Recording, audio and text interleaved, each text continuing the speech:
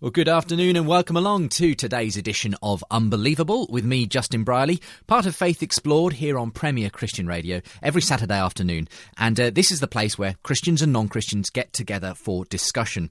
And this is the first in a series of shows that I'm labelling the Summer of Scripture on Unbelievable, as we bring different voices debating whether Scripture is reliable, some of the historical events of the Gospels, and more besides. So I've got about 4 of these episodes in a row that we're calling the Summer of Scripture on Unbelievable today. And I'm going to be introducing my 2 guests who I'm really excited to have with me for today's programme in a moment's time. Don't forget that you can listen back to episodes of Unbelievable at premierchristianradio.com/unbelievable. You can also tune into the podcast there. Make sure that Unbelievable's always with you on the go. You can also find articles, videos and more resources too. premierchristianradio.com/unbelievable. Later on today here on Premier, between 4 and 5, the profile includes interviews with the Salvation Army Worldwide General Andre Cox and former Catholic Archbishop Cardinal Cormac Murphy O'Connor. So do stick around if you can. For the moment, let's get into today's edition of the debate show that gets very different people talking to each other. You're unbelievable. Well, I'm really excited about today's programme, the first of 2 shows when I'm joined by Bart Ehrman and Tim McGrew to discuss the Gospels and whether they're reliable. And I'm going to be explaining the theme of this first show to you in just a moment's time. But to introduce my guest, Bart Ehrman is a New Testament scholar at the University of North Carolina, Chapel Hill. He's well known for his popular books that often question the reliability of the New Testament documents, such as Misquoting Jesus. In fact, first time I had Bart on many years ago, we were debating that book. Jesus Interrupted, another book that covers different but equally sceptical ground. He's been on Unbelievable many times now over the years. It's always fun to have him in studio with me. Last year in debate with Simon Gathercole on Bart's book, How Jesus Became God. If you want more about Bart, ehrmanblog.org is his website. Tim McGrew joins me today as well, scholar of philosophy and religion at Western Michigan University, as well as his studies in epistemology. And you may recall, if you're a regular listener, that he debated the atheist Peter Boghossian on this show last year on that subject. He's actually also turned his hand to scholarly work supporting the reliability of the New Testament and the Gospels as faithful records of Jesus' life and ministry, including the claims of the miraculous. If you want to find out more about Tim, then he's got an academic page at wmich.edu. That's the website of Western Michigan University. But you can find many of his talks and writings elsewhere too, including the Apologetics 315 website. So it's a delight to have you both joining me, gentlemen. Welcome along to the programme. Thanks for having me. Thanks very much. It's great to have you by phone, Tim, from Michigan. Bart here in studio with me today. I think we've said this before, but you've got family relations, at least, here in the UK, so it gives you opportunity to swing by the studio every so often. Yes. It's almost an annual occurrence now. It's becoming that, yes. It's nice to be with you again. No book to promote this time, though. We're just here to have a conversation, really, aren't we? Yes, indeed. I mean, anything you're working on, though? That I actually have a book. To? I actually have a book coming out that's very closely related to what we're talking about. I've just finished it, and so it's with the publisher. It'll come out probably in March of this coming year. It's I'm not sure what title we're going to call it. My working title is "In Memory of Jesus," or I'm sorry, it's in Memory of the Messiah. Okay. And it's about what scholars tell us about memory and the reliability of memory and the problems with memory and how that affects our understanding of the memories of Jesus in early Christianity. That sounds really interesting, and we must do that. It will be extremely interesting. Yeah. Well, look, we're going to be talking today with Tim about issues around the reliability of the New Testament, which, of course, you've written on extensively. It's funny, though, to me, because sometimes you're regarded almost as a foe of Christians because you have a sceptical view on certain things, sometimes as a friend because you're no friend of the Jesus mythicists, those who say that Jesus never existed. You wrote a whole book against that view. So in a sense, you straddle sort of neither camp fully. In that sense, you're not an out and out skeptic in that sense. Well, it's a little bit odd because I get attacked by both sides rather vigorously, and my personal view of it is that I'm actually not against Christianity at all. I'm against certain forms of fundamentalism, and And so virtually everything I say in my books are things that Christian scholars of the New Testament readily agree with. It's just that they're not hardcore evangelicals who believe in the inerrancy of the Bible. If you believe in the inerrancy of the Bible, then I suppose I'd be the enemy. But there are a lot of Christian forms of belief that have nothing to do with inerrancy. Right. I mean, speaking of mythicists, I understand there could be a debate with Bob Price, who's fairly well known on the internet as a leading Jesus mythicist in the offing, but I think there's a certain amount of money has to be reached that you're suggesting be raised for charity in order to make it happen. Yeah, that's right. I do my speaking gigs for charity, and so I have a set amount of money that I ask because I'm not taking the money myself. I'm using it for charity, so I have to choose which events I'll do since Sure. I can't do everything. Of course. And so there's a fundraising campaign right now, and I'm not altogether sure it's going to happen. Well, Yeah. we'll see. In any case, great to have you back on the show. Thanks. And thanks for coming by. Tim, welcome along. Welcome back. Great to have you with me again. We had a really fun time last time, didn't we, with Peter Boghossian. What was some of the response you got after doing that particular show with me? Oh, goodness. It was my 15 minutes of fame, I think. Suddenly, I was receiving emails from friends, emails from enemies. So I get hate mail too, Bart. I know what that's like. And that was fun. I don't know if Bart's aware of Peter's definition of faith, but it's pretending to know things you don't know. That's his definition. And so we had a bit of fun going after that. We did. I think it probably was the most popular show of last year in terms of the downloads it received. So it's great to have you on a reasonably different topic this time, obviously. Sure. Why then, as primarily a philosopher of religion, have you turned your hand to looking into the reliability of Scripture? Well, I think that it's obvious that Christians should want to know whether what they believe is true. Unlike most of the world's other major religions, Christianity professes to be founded on certain facts. And those facts are facts that are supposed to be accessible in space and in time, and so they're amenable to investigation, and we can look into them. If it's false, I should think everyone would want to know that it's false. If it's true, I should think everyone would want to know that it's true. So that was sort of the genesis of it for me. As a high school and college student, I went through a period where I sincerely doubted whether it was true and wanted to know. I didn't do anything wild and exciting, but I spent a lot of Friday nights in the library up to my elbows in lexicons trying to puzzle my way through Codex You Sinai rebel, or you, something Tim. like I was going to say, you're such a rebel, spending your Fridays. Oh, yeah, terrible. I had people at the Bible college where my father taught Greek for many years say to me, you're off the beaten path. You could get really messed up. And when I said I was going to study philosophy, that only intensified that. And yet, here I am. The pulling and the hauling have not convinced me that Christianity is false. Rather the contrary, I think that my faith has been strengthened by the study of these things, sort of the opposite direction from the direction that Bart has traveled. Well, we're going to talk about your different takes on the Gospels today. And the show that we start with, and I'm really pleased that you guys can stay on for another show after this as well. But we're going to start with simply the question, can we trust the Gospels? As Bart and Tim debate how much we can historically believe about those accounts of Jesus' life. How early were they written? Can they lay claim to being eyewitness accounts? What were the theological intentions of the authors? What about the miracle claims? Does historical research require that we dismiss such accounts as myths?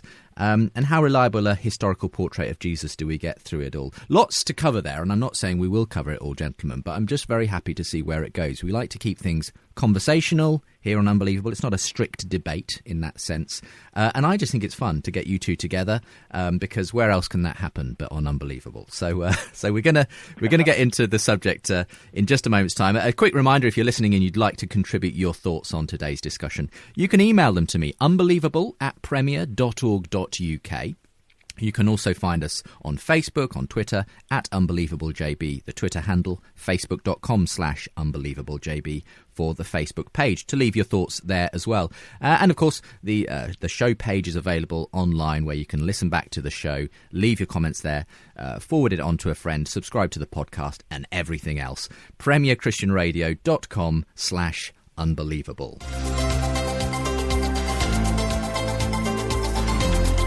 Unbelievable with Justin Brierley. Well, let's get into some of the meter then of what we're going to be discussing on the programme today. Perhaps, Tim, we could begin with you, and because that might be the best place to start, and then you can sort of lay out what you think are Bart's primary critiques and the things that you'd like to respond to in the course of today's programme. You've obviously read Bart's books. What then do you think are the key objections that Bart raises to the historicity of the Gospels? Well, I think he does a kind of a full-court press. Bart wants to maintain the position that nobody knows who wrote the Gospels, that we are not in a position to say that any of them were written early, that is, within, say, 30 years of the crucifixion, that the historical testimony to their authorship is unreliable for various reasons, that they're full of contradictions, contradicting one another and occasionally contradicting themselves, one gospel contradicting itself in two passages, that they make historical blunders, and that not only is this true, but they are full of these kinds of errors from one end to the other, so that when you really get down to nitty-gritty and you start investigating and reading them horizontally rather than just reading each one as a self-contained story, the difficulties mount up to the point where it's hard to take them as reliable documents in the sense in which we might say Josephus' Antiquities is reliable when he deals with matters that are reasonably close to his own time and isn't wholly dependent upon ancient sources which he couldn't check up on. My view to the contrary is that the vast majority of these objections that Bart raises are fairly easily resolved, that they're the kind of things we run into in secular history all the time, both ancient and modern, that the historical discrepancies sometimes turn out to be surprisingly historical confirmations, that the contradictions turn out to be, in many cases, reconcilable variations. And so, speaking purely historically now, not trying to do any theology with this, just from a historical point of view, I think these are quite trustworthy, and when they make claims, that is a prima facie reason to take those claims seriously. So in that sense, that they're true. You're not here to defend if you like, theological doctrine of the inerrancy of Scripture, but you are here to defend the claim that they are well-attested, historically reliable documents on which we can justifiably base a faith in Jesus Christ and the things he said and did. That's right. I think discussions of inspiration and inerrancy are really theological and require a different approach. That's a different conversation. Today I'm approaching these things just from a historical point of view and trying to see what can be said from that standpoint. What's your take on all this then, Bart? For that opening statement, which I appreciate very much, I have a quick question, but then I do want to make a comment. My question is, Tim, whether you do hold to the theological view of inerrancy. Bart, you know as well as I do that that's defined in many, many different ways. I'm not, I don't teach at an evangelical school. I do not attend an evangelical church. Most of my publishing is not done in evangelical journals. So it's a kind of a non-issue for me. I think there are puzzles and discrepancies that I do not know how to resolve. And so I'm certainly not here to say, I'm the Bible answer man, bring every question and I can answer it. On the other hand, once you've seen a lot of things that are touted as just decisive contradictions resolved, one does begin to have a suspicion that maybe something is going on here. However, from a historical point of view, I would say I couldn't maintain that. History is not even the competent instrument to maintain it. So what I'm really interested in is the historical question. Yeah, no, I understand. I understand that, and the reason I'm asking, I want to pursue it a little bit more, even though I didn't think it was going. I thought it was going to be an easy question because I really just wanted to do yes or no. You're a philosopher, so our presuppositions are very important for how we engage in any kind of scholarship, including historical scholarship. My personal view is that I would have no fewer problems with my belief in Christian doctrine if I thought the Bible was inerrant than I have if it's errant, if inerrant in the sense of, say, for example, contradictions or historical discrepancies. If there were no historical discrepancies, if there were no contradictions, that would not affect whether or not I would be a Christian or not. So for me, it ultimately doesn't matter which way the question about the Bible goes. So, but my question for you is whether you think there are any errors in the Bible. I do not have a position on this to sell you. I'm not sure what it is about what I'm saying that isn't coming across clearly. What's not coming across is whether you I don't know. I haven't found anything that I am persuaded must be, but I have found things which I do not know how to answer. And from a historical standpoint, I would say if they're there, then take them as a historian would take them, right? It's a wonderful line from Joseph Butler's Analogy of Religion. Let reason be kept to. And if any part of the Scripture story of the redemption of man through Jesus Christ can be truly shown to be contrary to it, contrary to reason, then in the name of God, let the Scripture be given up. I just have trouble believing you don't have. I'm having trouble believing you don't have a view about inerrancy.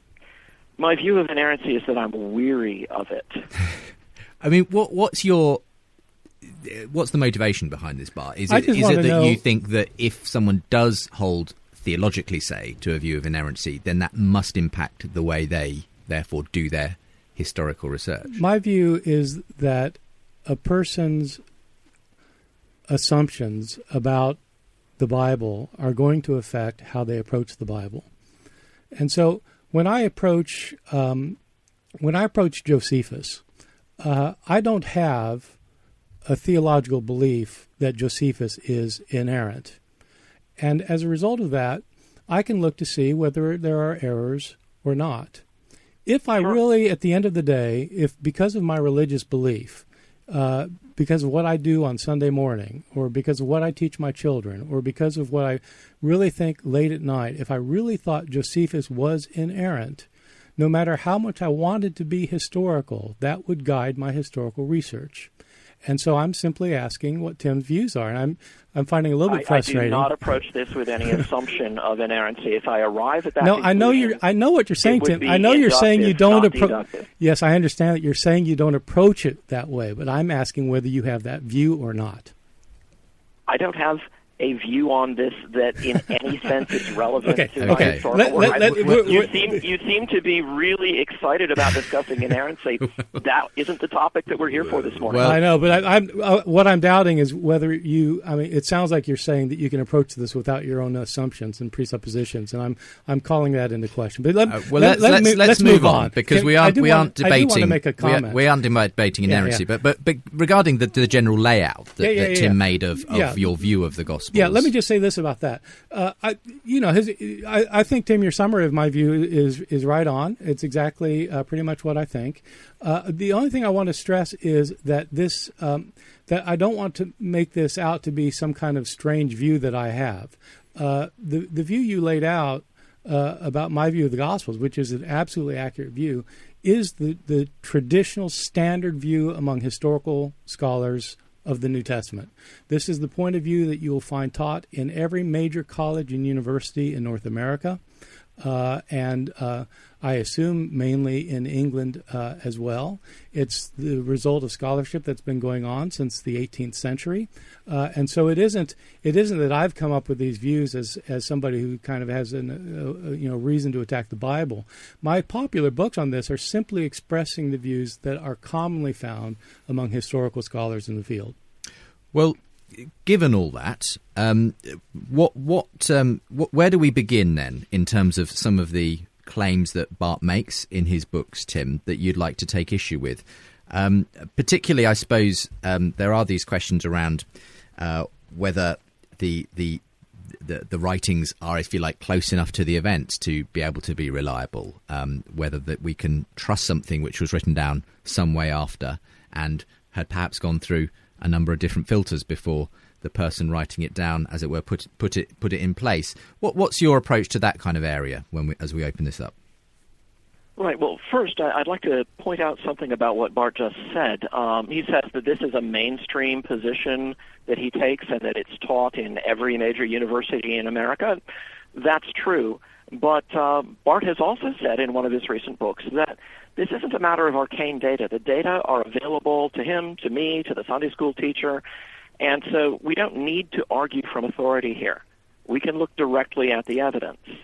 And so, appeals to authority would be very interesting if we couldn't get at the data, or if it required such specialized knowledge that we'd have to have quantum physics backgrounds to be able to understand even the terminology in which it's expressed. But I completely agree with that, Tim. I completely agree, and I'm not saying that it's right because other people hold it. I'm saying that this is not a debate about whether I've got an idiosyncratic view or not.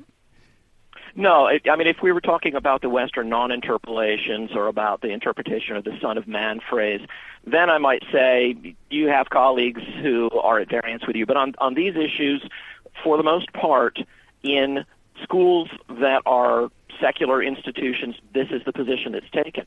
Now, there are thousands of scholars who would take a different view, but Bart likes to bracket them by saying they're not critical historians. And so far as I can tell, the reasons for cutting them out of the fraternity of critical historians are less than compelling. But we can get into that, and I'm sure Bart will have a lot to say about that.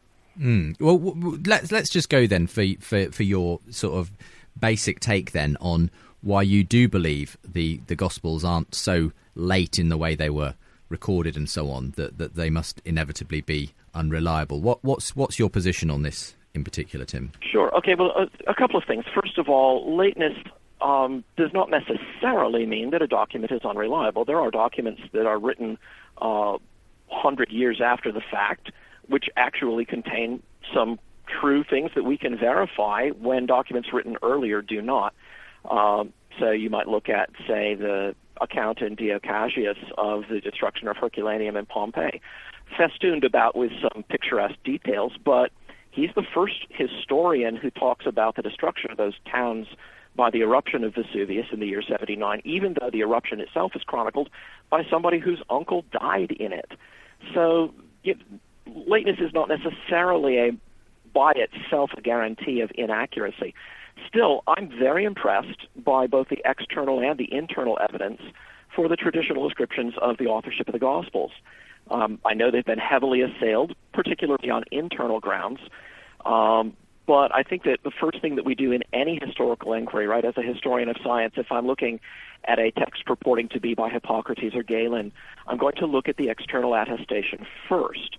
We have to make allowances for how much we've lost in terms of the information in the immediate following era, but that allowance being made, I think the attestation is strong, it's unanimous, and I think we should have very strong internal reasons for and this is the it. attestation that these were written by the followers of Jesus Christ, people who knew him. Right, so by, say, Tertullian, Clement, Irenaeus, the Muratorian Fragment, Justin Martyr, Papias, all of these people contribute to our understanding of who wrote the Gospels in ways that I think make it a very powerful prima facie case. You'd need a lot of other evidence to undermine that.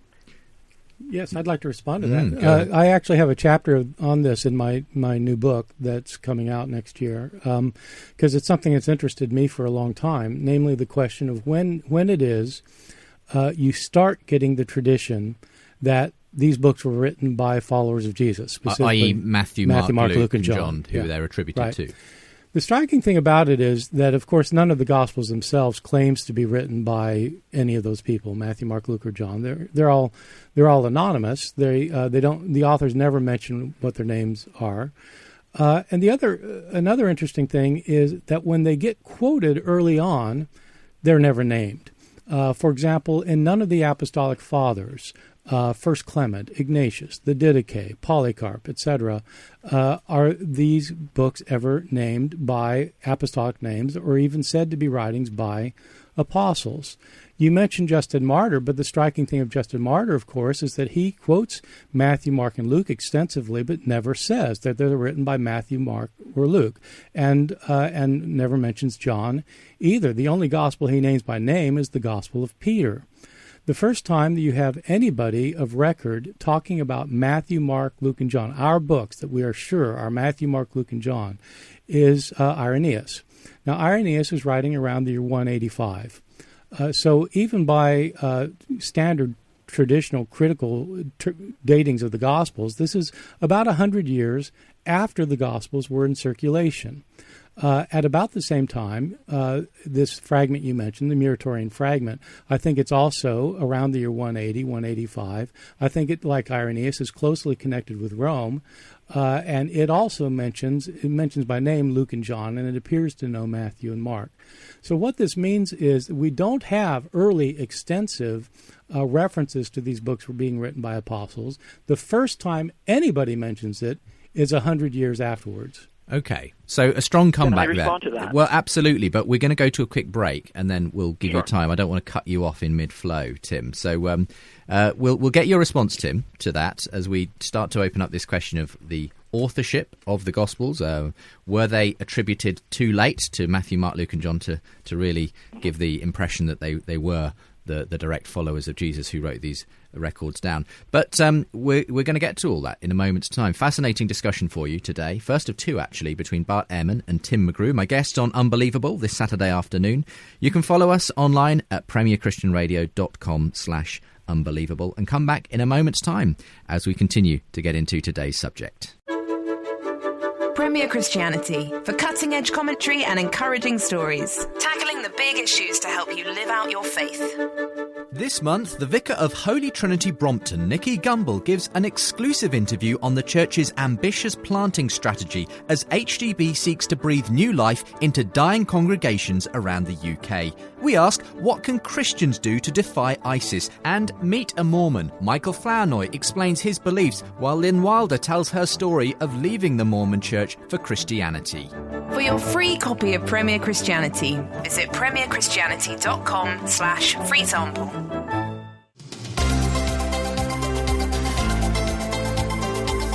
You're listening to Unbelievable on Premier Christian Radio.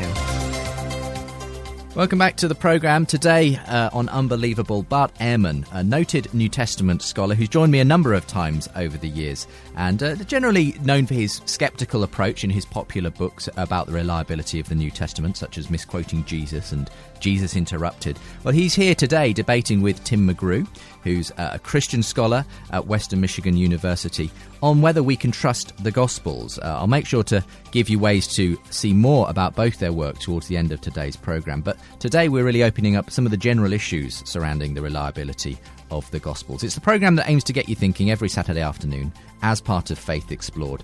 Unbelievable. Just a reminder, you can email in if you'd like to about anything you hear on today's show, unbelievable@premier.org.uk, or leave me a thought underneath this edition of the programme at the website. That's premierchristianradio.com/unbelievable, and you can find out the ways to become a regular listener of Unbelievable via iPod or the RSS feed or anything like that. So, Tim, just in that last section, Bart was laying out why he believes the first mention we get of this attribution of Matthew, Mark, Luke and John and so on seems so late with Irenaeus and so on that it doesn't seem far-fetched to say that these things weren't firmly in place early on. What's your response to that? Well, a couple of things. First of all, Bart wants to take a stand on the first mention being Irenaeus, but actually for two of the names there, we have the authority of Papias, as recorded in Eusebius. Mark, having been the interpreter of Peter, wrote down what Peter had preached accurately, though not necessarily in order. Matthew wrote the Logia. We can dispute over what that name means, but that he wrote it in an Aramaic tongue. People interpreted it as best they could. I think it's very important to remember a couple of things about that point. Irenaeus is the first one to mention all four authors in what we have by name, but lots of the literature of the second century has been lost. I think it's Martin Hengel who says that just looking at catalogs of works said to exist and looking at what we have in hand, we've lost at least 85% of what was there. So what Bart should really be saying is Irenaeus is the first author to list all four of these names for the Gospels in what we now possess. That does not mean he was the first person to know it. It doesn't mean he was the first person to say it. It doesn't even mean he was the first person to write it down. And as I said, Papias does refer to some of these others. Now, there's some questions surrounding that, but that'll take us back to 125 or so a couple generations earlier than what Bart said. Bart brought up two other arguments. One was that the Gospels are anonymous.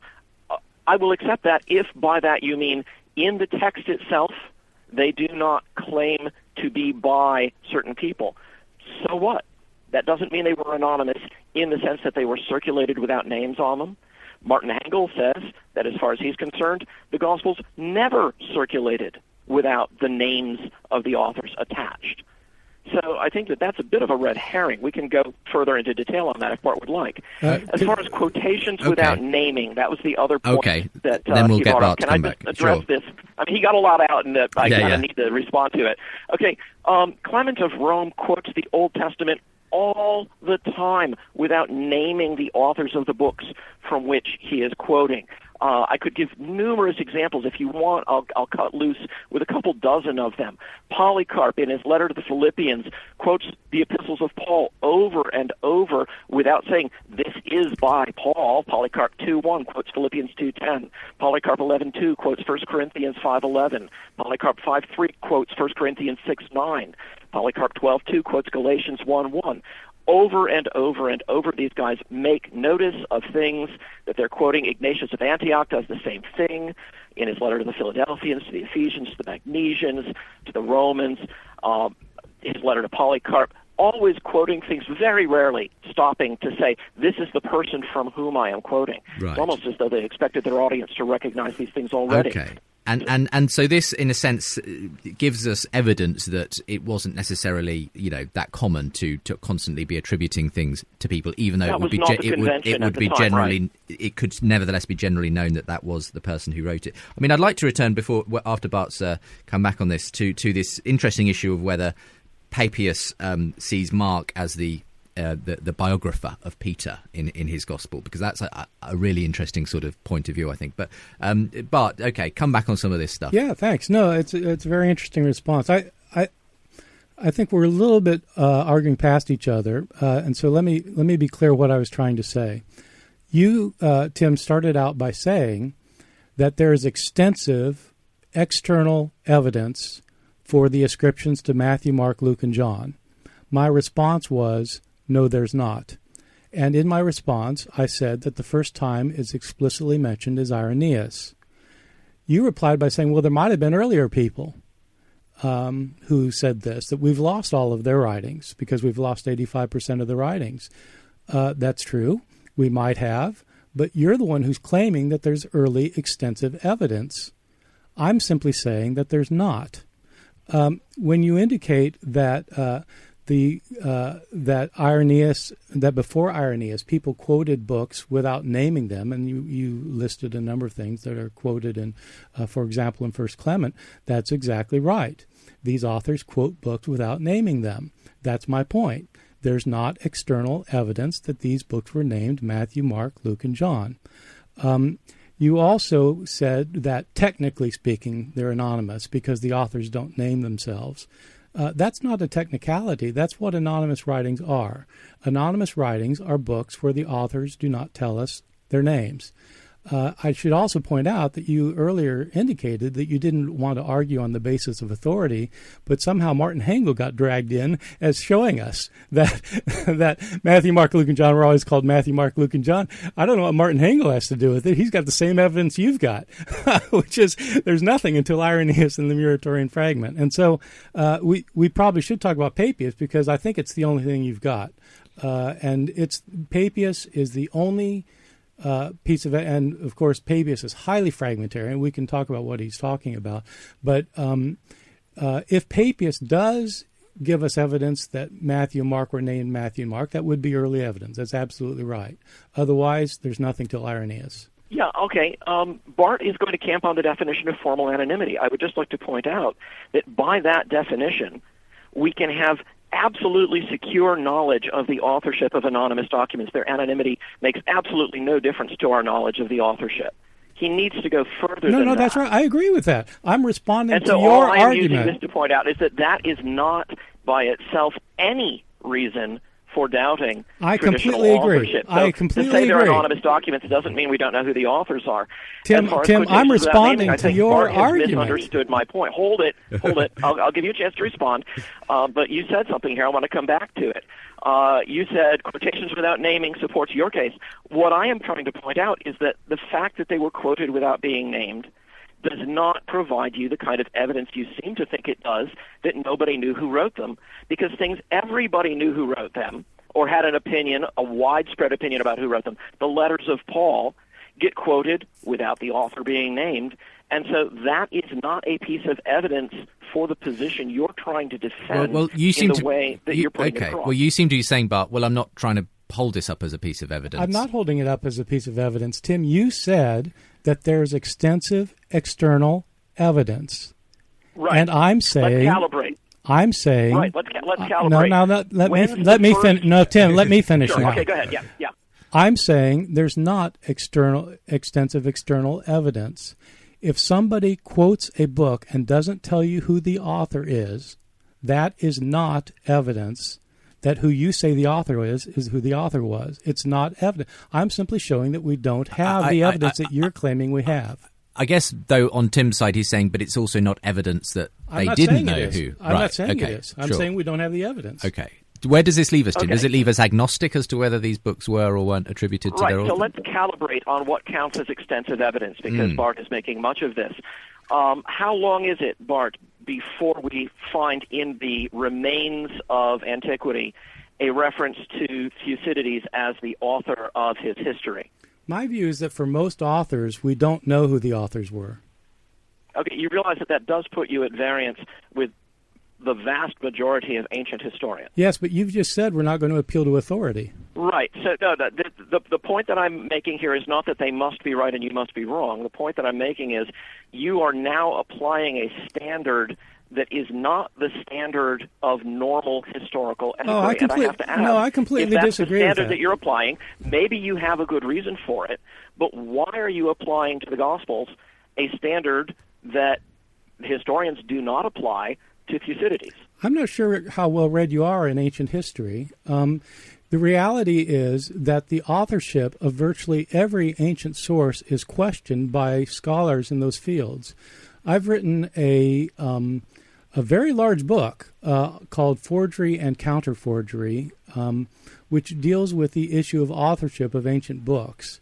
And if you go into the study of virtually any ancient author, there will be debates about whether the person to whom the book is attributed actually wrote the book.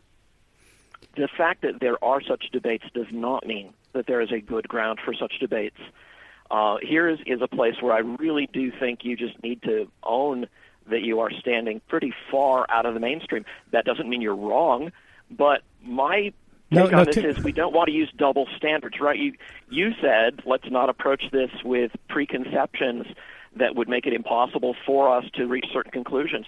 I agree, and I like the methods that historians use to study authorship and provenance and documentation on these kinds of things. And I think maybe you're going to the well a bit too often on skeptical views. I hate to say this, Bart, but that way lies mythicism. Well, look, first of all, I don't think that if you imagine that that's where I'm going, that necessarily makes my argument wrong. I'm simply pointing out to you something that you said. You said that I'm going against what all historians say when it comes to the authorship of Thucydides, and I'm telling not all historians, but the majority. Yeah, so I'm not. I'm simply doing what historians do. There are debates about virtually every. There are debates about the authorship of some of Plato's dialogues. Sure there are. And it's not that there are crazy, wide-eyed liberals who are debating this. This is simply a matter of historical scholarship. I'm applying precisely the same kinds of criteria that are used by historians for every ancient book, and you're not. You're simply assuming that the Christian tradition is correct, that it's Matthew, Mark, Luke, and John, and I'm saying there's not extensive evidence for that. Okay, so my use of the term extensive is calibrated by what historians actually do and actually have with respect to Herodotus, Thucydides, Xenophon. These are works where we look for testimony in the succeeding ages, and if we don't find them, we may have to go down 250 years to Polybius, and that's okay. Yeah. So no, that's right. But you say you're applying the standards that historians use. You're applying the standards that some historians use, but not the standards that the majority of historians use. Okay, so what I in would this say... respect, you are not doing what most historians do with ancient history. Well, okay, I don't know. We're going to have a kind of a show of hands among historians to do one thing or the other. What I would say is that this is standard critical procedure. But the other thing I'll point out is this: the people who assigned certain books to Thucydides or to Herodotus had no ideological reasons to do that. The people who assigned the Gospel of John to John the son of Zebedee, the disciple of Jesus, had very clear theological reasons for wanting to say that. And so there is a very strong difference between what we're talking about when we're talking about the Gospels and what we're talking about when referring to the writings of ancient Greek and Roman histories. Quick response, Tim, and I would like us to move beyond the question of the authorship to some of the other issues that we started out with. Sure, yeah. I guess I have a sort of a Calvin and Hobbes reaction when Bart starts talking about people's theological reasons. My tail gets all bushy. So we're talking about the cartoon Calvin here, yes? Yeah, the cartoon Calvin and Hobbes. We're talking about people here who were 2 links away, right? Irenaeus, was a disciple of someone who was a hearer of John. To say, well, they had theological reasons for ascribing it to John, I'm sorry, that the testimony that we have is unanimous. There's quite a bit of it. It is nearer in time than for many works of antiquity. That counts as extensive by the standards of ancient history. Bart wants to say, okay, I'm skeptical about most works.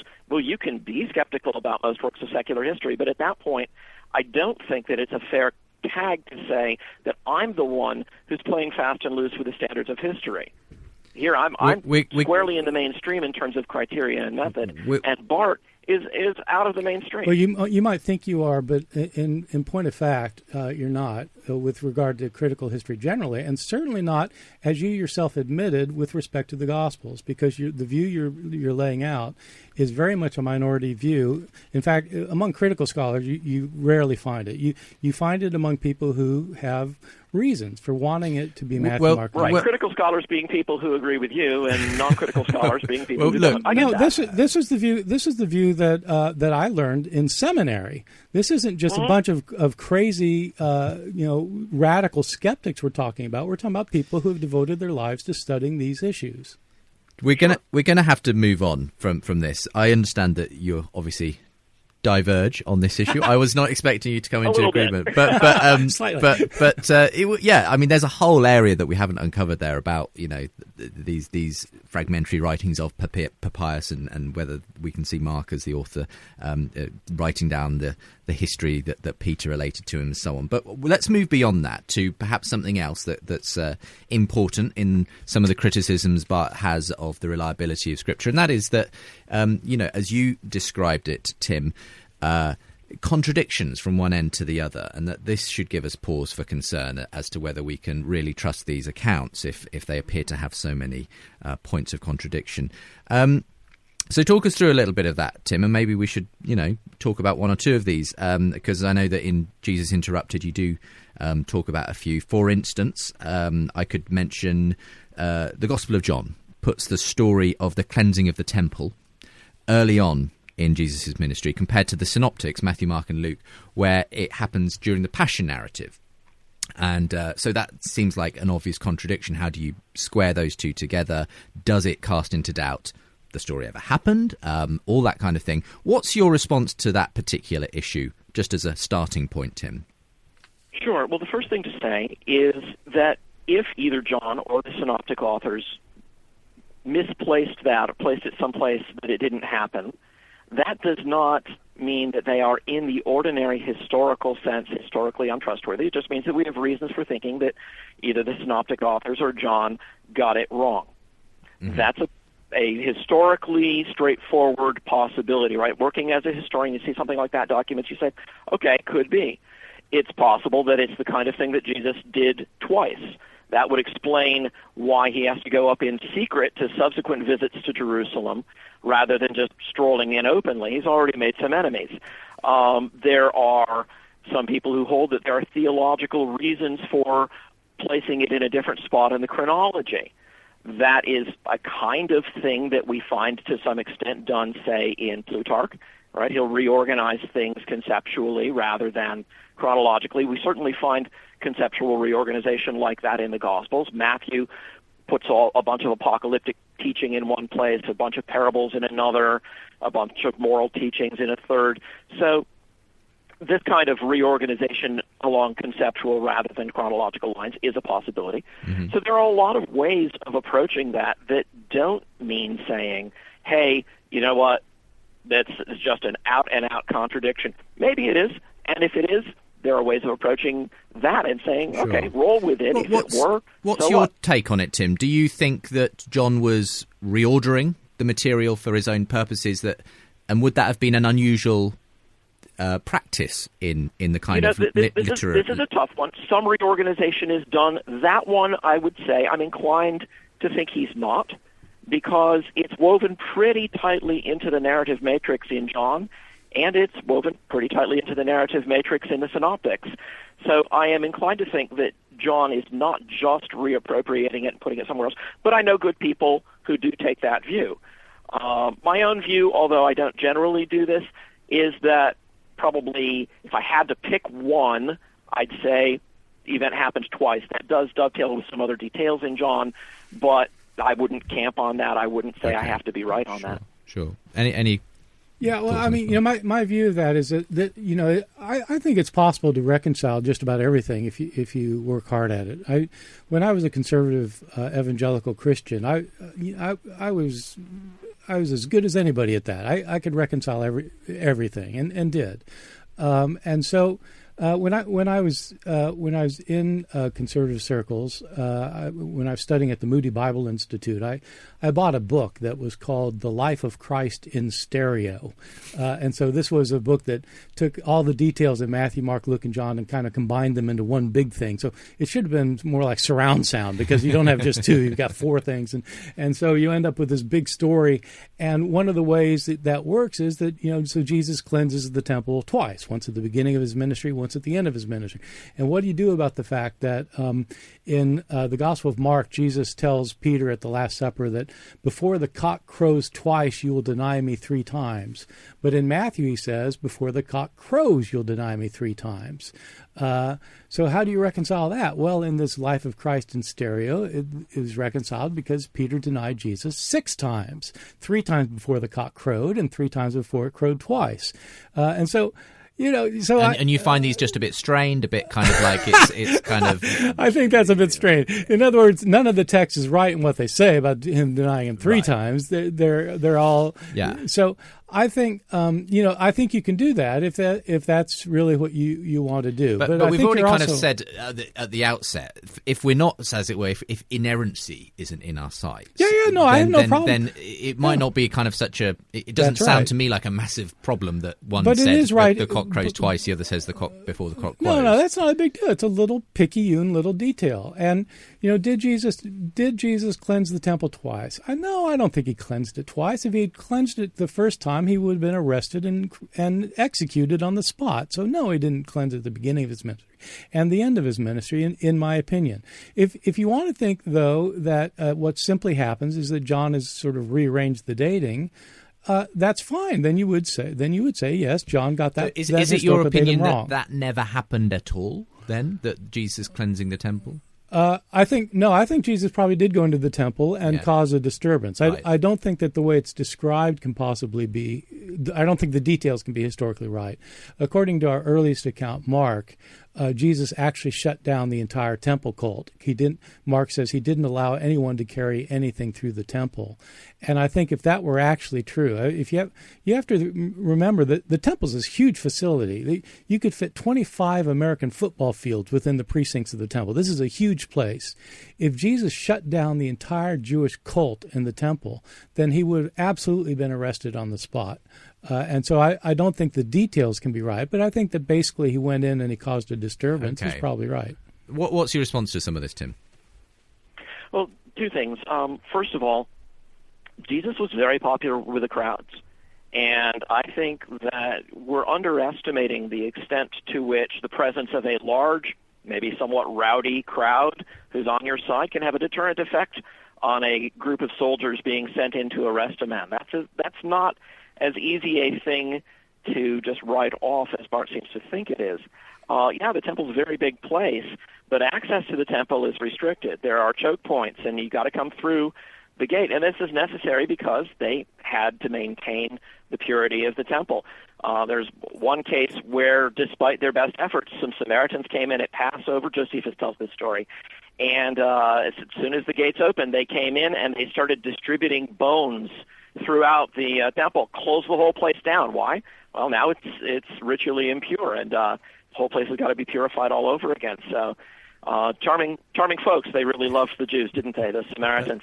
But I just don't see the implausibility in it that Bart sees. What of the general point though that Bart is making here, that when he kind of got that book that sort of harmonized all the discrepancies. Right, so there are wild-eyed attempts at harmonization, and then there are more sensible ones. Bart's talking about a book which is has no claim to being a scholarly work. Let's take the work of somebody who is a much better scholar, say B.B. Warfield or George Park Fisher, and look at the way they handle the texts. And I think you'll see they're not trying to say that Peter denied Jesus 6 or 9 or 10 times. They look at this and they say, look, the normal kinds of variations in the way that the same story is told by somebody who's truthfully reporting it allow for variations in wording, leaving things out, contextualizing. The handling of Crea in ancient sources is something we have handbooks of rhetoric about. I don't see anything here that is outside the scope of the ordinary handling of these things.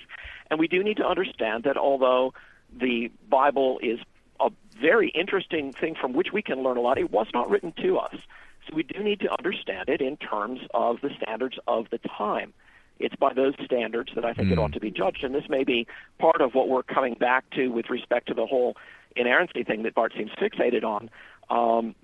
You got to understand these as documents of their times, and if you do, then I think there's not a problem here. I really not. You think that just judging them by the standards of their time, what other people writing the same kind of literary genre were doing, then it's perfectly plausible to see that they're reliable. They're giving us factual accounts of what happened, even if take the small variations in the healing of Jairus' daughter.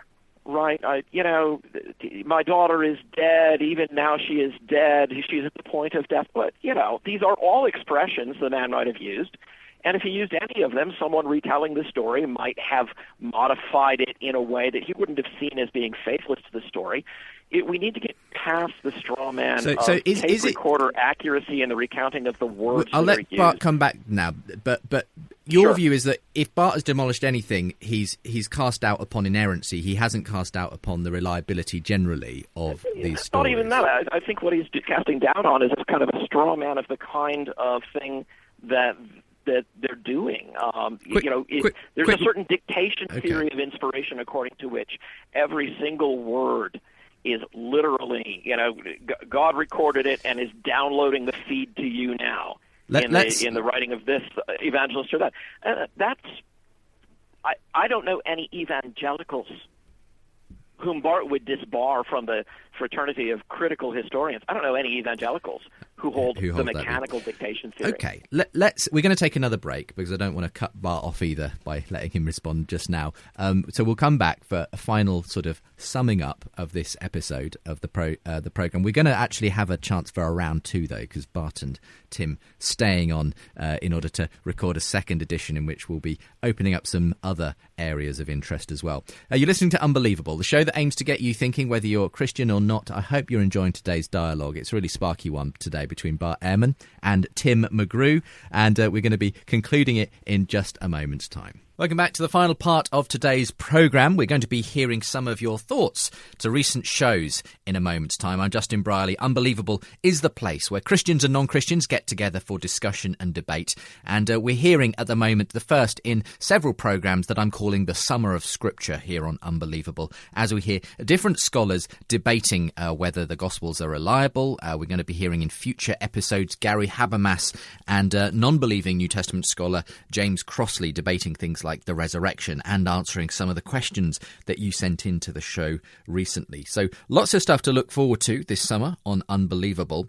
Premier Christianity magazine is also something I'd love you to know about. If you're a regular listener to this programme, you'll know that I'm the editor of that magazine. And our latest August edition is already out. It's a really fantastic one with a lovely sort of artistic rendition of Holy Trinity Brompton's vicar, Nicky Gumbel, on the front, well known to many as the man behind the Alpha Course, but a special interview I did with him about HTB's church planting strategy here in the UK in the pages of the current edition of the magazine. Also interesting articles on Defying ISIS by Johnny Moore, the body image and beach culture, children's spirituality, why the charismatic church needs introverts. Faith Explored in the latest edition is two conversations I had with Michael Flournoy, a Mormon, and hearing Lynn K. Wilder's story of leaving Mormonism, and loads of other interesting stuff too. David Instone Brewer, who's a fairly regular contributor on Unbelievable, is a regular columnist in the magazine as well. And we give it away for free, or at least we do if you're in the UK. Apologies if you're stateside or anywhere else in the world. We can't offer the free sample copy to you, but you can still subscribe wherever you are in the world to the magazine if you want to get a taste of what's happening in British church and Christian culture.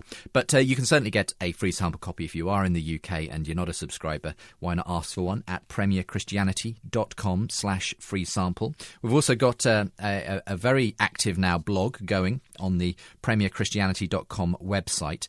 We've been covering some issues recently, including that recent video about Planned Parenthood that seems to show one of their people effectively talking about the sale of organs from aborted babies, aborted fetuses. And so we've got various comments and reactions to that, plus all kinds of other issues. In fact, we've just recently started sending out a weekly email with a roundup of some of the stories and features that we have in the magazine and on the website. So more on that, premierchristianity.com for whatever you want to look at there. Later on today, don't forget on the profile, the worldwide head of the Salvation Army, General Andre Cox, will be talking about his life and faith. And then Cardinal Cormac Murphy O'Connor is going to be on the profile as well. So two pretty high-profile guests today. And don't forget, you can catch up with today's programme as well by visiting premierchristianradio.com/unbelievable. If you want to email in, unbelievable@premier.org.uk. And we'll be hearing some of your response to the most recent editions of the programme after we've finished today's discussion. You're listening to Unbelievable on Premier Christian Radio.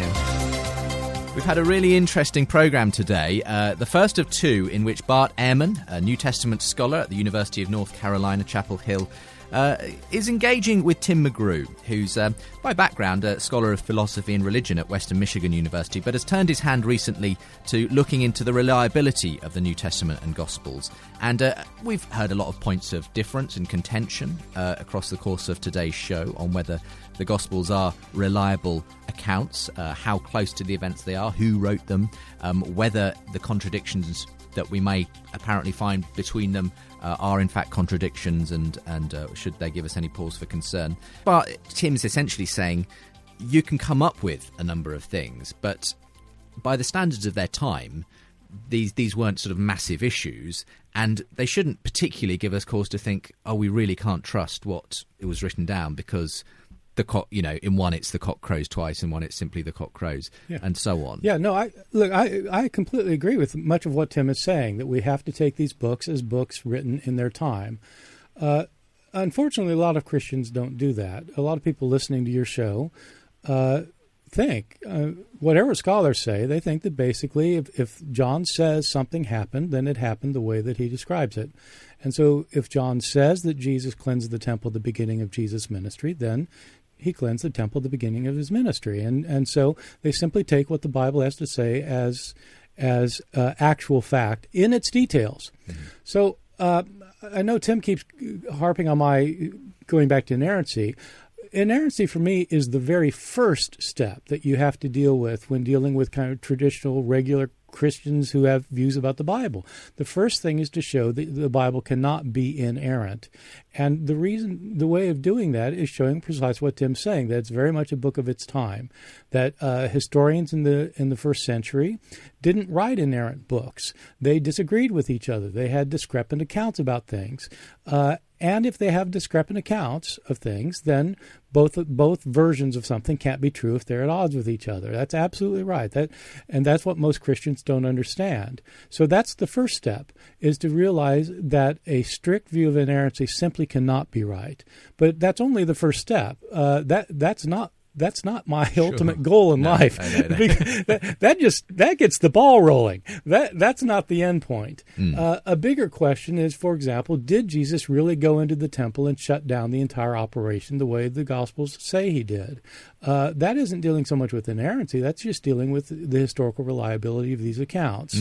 And my argument is that Jesus would have been arrested on the spot. So you think something might have happened along those lines of a disturbance, but it wasn't as grand as Mark paints it. That's what I think. That's what I think in this case. And Tim's idea that the crowds would have stopped the Romans, I think, is precisely wrong, as shown by the writings of Josephus. Whenever there were any uprisings in the temple with the crowds there, that's precisely when the Romans intervened. And so I think that if you simply look at what happens in Jerusalem at Passover when the crowds are there and there's a problem with what the Romans do, they intervene. And that's what they would have done in the case of Jesus, obviously. Right. So in a sense, Bart's saying, Tim, I'm not here to demolish the foundations of Christianity. I'm just saying the evidence doesn't support that every single story in the New Testament can be taken at absolute face value, that one included. And so he'd say something maybe did happen. I think Bart's getting some illicit mileage out of identifying, taking it at face value or inerrancy as a dictation theory. Like I said, that's been out of fashion in evangelical circles for a very long time. I dare say even at Moody, where some of the people who were students at the time Bart was there assure me that they discussed these things without any theory of mechanical inspiration at Moody at that very time. Maybe Bart was skipping class that day. About Romans in the temple, let's talk about this. So there is a story how just after the death of Herod the Great, as Archelaus is stepping into his father's position, there is a fracas at the temple, and Archelaus sends troops into the temple and slaughters Jews there. But why? It's because those Passover pilgrims got into an argument with a group of Roman soldiers, picked up stones, stoned the Roman soldiers, and most of the soldiers died. So you had an attack, not just some kind of internecine quarrel among Jews, right? Jews versus Jews, some kind of a ruckus. There's a crowd there, and then he's gone. No, you had Jews murdering soldiers. That's what brings Roman soldiers in to put down a rebellion. Archelaus felt his newfound throne tottering beneath him. That's the reason for that kind of thing. So I think it would be more like the kind of thing we see in Acts in front of Gallio, right? But Gallio doesn't care. He says this is some kind of Jewish thing. Deal with it yourselves. The Romans did not feel bound to intervene with regard to every Jewish. As far as you're concerned, there's precedence for this could have happened without Romans immediately stepping in to put it down. Bart, sure. Quick response. Well, just that, I mean, it's a little ironic that you want to bring up Gallio. I mean, the whole point is they arrested Paul for an internal Jewish dispute. Paul wasn't stoning Romans to death. Let me just say, I don't have a mechanical. Gallio did not arrest Paul. Okay. Well, let's allow Bart to finish it. I'm not saying Gallio. He was arrested for what he did in the temple in the Book of Acts. It wasn't because he was stoned. Dragged before Gallio by a Jewish mob. Exactly. I don't have a mechanical view of inspiration. I'm simply talking about what most evangelical Christians happen to think. I know this because I. Are you making a distinction here, though, between the evangelical Christians, as it were, in the pew and the evangelical Christians in the academy, maybe? I'm talking about the people listening to your program. I teach these people all the time. My students, if they find out that there's a slight discrepancy in the Gospels, they go ballistic. And so it's not because of something that I learned at Moody Bible Institute. I'm simply talking about what Christians happen to think. Well, maybe in that sense, what Tim is simply saying here is, well, on that level, yeah, Christians need to get themselves educated on the fact that these ideas aren't as simple as all that. Exactly right, but that's the first step. That's the first step. Okay. And after that, you take other steps. Okay. I mean, what's your view on this, Tim? If we're not kind of, as it were, you've said from the outset, you're not here to defend inerrancy, you're here simply to defend the historical reliability, in common with other documents of the time of the words and life and sayings of Jesus. So in that sense, though, have you already, taken a step down this route that eventually led to Bart, rejecting Christian faith altogether? I'm not saying this was it's a more complex story than that, but that's Bart's claim, is that you take this step, it leads to a lot of other steps. Yeah, I don't see that at all. I see this as taking a stand on the kind of thing that we see in testimony all the time. This is not a matter of sort of fine-grained, things about the specific verbal exactitude. I would take the discussions that we have in contemporary historical sources of the Gettysburg Address. Did Lincoln write his address on the train ride to Gettysburg, or did he not? Well, it depends on which source you read. Did he speak before or after the oration of Edward Everett? Well, it depends on which source you read. Did he read it? Did he speak from some notes? Did he speak extemporaneously? We have sources on the site who say all three of those things. Did it contain the words "under God," or did it not? Well, we've got things in Lincoln's own handwriting both ways. Still and all, the basic picture does not change. Lincoln gave an address. We even know in very good measure what he said, so much so that we don't scruple to have school kids memorize it. This is the way normal history is done. Sure. We need to get over the idea that it's tape recorder or nothing. Yeah. Let me just make a very quick response, Tim, because I completely agree with you.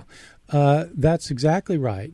So what you have to do in the case of Lincoln's address is to look at the evidence of whether he gave it or not.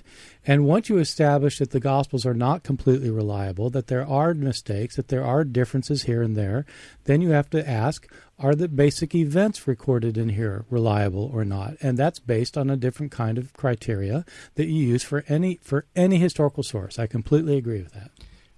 Tim, I have a feeling we still have some disagreements there, but we'll leave it there. We'll have to leave it there for the moment. We've got a chance to do this again, though, very shortly. So we're going to do that. And we didn't get to some of the things that I think maybe we can draw out when we next get together, such as the miracles. Obviously, the Gospels are jam-packed with miracles. What do we make of those when it comes to historical criticism? Should we assume that they're myth and legend and all the rest of it? Well, I think, Tim, you'll have some interesting things to say about that next week. As we open up next week with you guys, the question as well of whether there is a kind of internal evidence within the Gospels that points to their historicity and reliability. What Tim has termed the undesigned coincidences that give the Gospels the ring of truth. We're going to be debating that next week on the programme, so come back for that. And I look forward to you both, gentlemen, joining me again for that discussion. So thanks for being with me today, though, Bart. Okay, thank you. And thanks for being with me on the line, Tim. It's been a pleasure.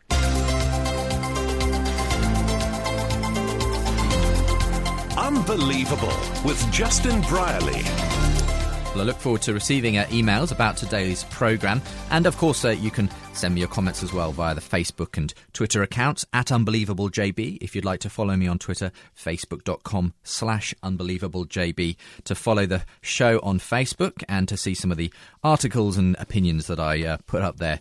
And I did actually put a couple of articles relating to this Planned Parenthood issue up there in the last week. And I had some people castigating me on the Unbelievable Facebook page, saying this doesn't seem as neutral as you present yourself in the moderated debates on the show, Justin. Well, fair point, maybe, but I've never claimed that the Facebook page is a completely neutral thing. I do share my own opinions on things, and I do have an opinion personally on abortion in that sense. So you can take it or leave it. Obviously, when it comes to liking the Facebook page, you probably won't agree with everything I put up there. Equally, it's, I hope that it also encourages some honest discussion as well. And now, a few weeks ago, I asked whether anyone wanted to send in stories of whether Unbelievable has sent them in any particular direction over the years of listening to, either towards faith or away from faith. I've certainly had a number of stories over the years of people for whom it's been part of their journey towards Christian faith. But Devin in Seattle, Washington, writes in with the subject line Christian to agnostic to Christian, ? He says, I'm emailing you in response to your request for listeners who have changed sides since listening to Unbelievable to tell their story. In short, Unbelievable was a key contributor to my moving away from the Christian faith into a more agnostic state over a year ago now. That being said, it's interesting to note that Unbelievable ended up basically being the sole source of Christian influence in my life since I stopped going to church and reading my Bible, etc. But I'm currently in a place where I think I want to believe and live the Christian life again, but I'm not sure how or if that can truly happen. Still, your show is a great resource as I try to work through the issues I have, and I'm always interested in hearing how others have gone from a position of disbelief to belief, as I don't know what that would look like for myself, short of God actually showing up, of course. Looking forward to hearing about the experiences of other listeners as well. Thanks so much for all you do, and keep up the good work, helping us seekers search for the truth in an honest way. Well, if you've got anything to say to Devin on that front, I'd be interested to know. What do you say to someone who's obviously had a Christian faith, has fallen away from it for whatever reason, but has some sense of wanting to come back to it? I mean, it's certainly not unheard of. I know many people who have had that experience of losing their faith and coming back to their faith. Perhaps some well-known examples might be A.N. Wilson, who was, has told his story, I think, of accepting a very kind of, strong form of atheism, and then in his latter years coming back to belief in Jesus. But there are, I'm sure, others who would have some suggestions for you, Devin. I guess whatever I would say you're looking to do in this process, obviously keep up the search, try and get alongside, someone, a sensible Christian who might help you think through some of the issues as well. But equally, don't expect to come back to exactly the same faith that you left. I'm sure that's probably not what happens in the majority of cases where people do believe again. But thank you for emailing in. Now, going to last week's programme, and that was a discussion on whether the diversity of Christian beliefs, all the various types of Christian doctrines and their interpretations that are out there, undermines the claim of Christianity to be true. Andrew White was our agnostic guest in discussion with Nabil Qureshi, himself a convert to Christianity from Islam, debating that issue. Here's Mike from Detroit in Michigan, says, long-time listener, I've probably listened to every single episode. I love the show. I'm an atheist and have long seen the biggest problem in Christianity to be this dazzling diversity of opinion between Christians. Atheists don't need to argue against Christianity. Christians do a better job of it. Since Christianity has to ultimately always fall back to the Bible, and since the Bible is a historical text, it must be interpreted. There's no way around it. And fallible humans will never be able to agree.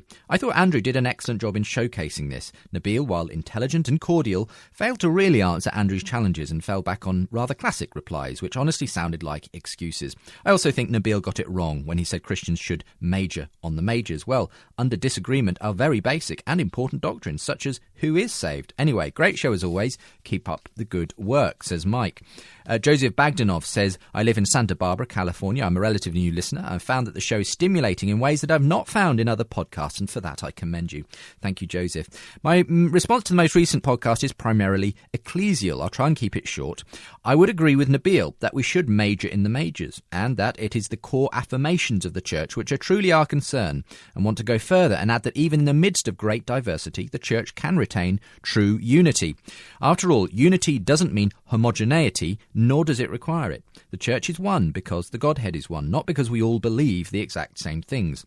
Theological distinctions are important. I believe much hinges upon careful and faithful interpretation of Scripture, but we as one body lay that aside as we come before the cross and worship the Lord. We had a lot of comments as well in the comments section underneath that programme from last week on the website at premierchristianradio.com facebook.com/unbelievable. People like Jay Webb, who says, glad to hear a return to Christian, non-Christian discussions. I appreciate the cordial tone of the debate. I was surprised to hear Nabil make a defensive move comparing Christian diversity to political diversity. If I recall correctly, he said something like there's a wide range of political opinion in the US, from far-left liberalism to far-right conservatism. That doesn't prove the United States doesn't exist. I think that statement misses the point of the argument from religious diversity. Let me try to formulate it. Diversity of mutually exclusive religious beliefs demonstrates that many, if not all people, believe at least some incorrect things about God. Second, God wants people to believe correct things about him.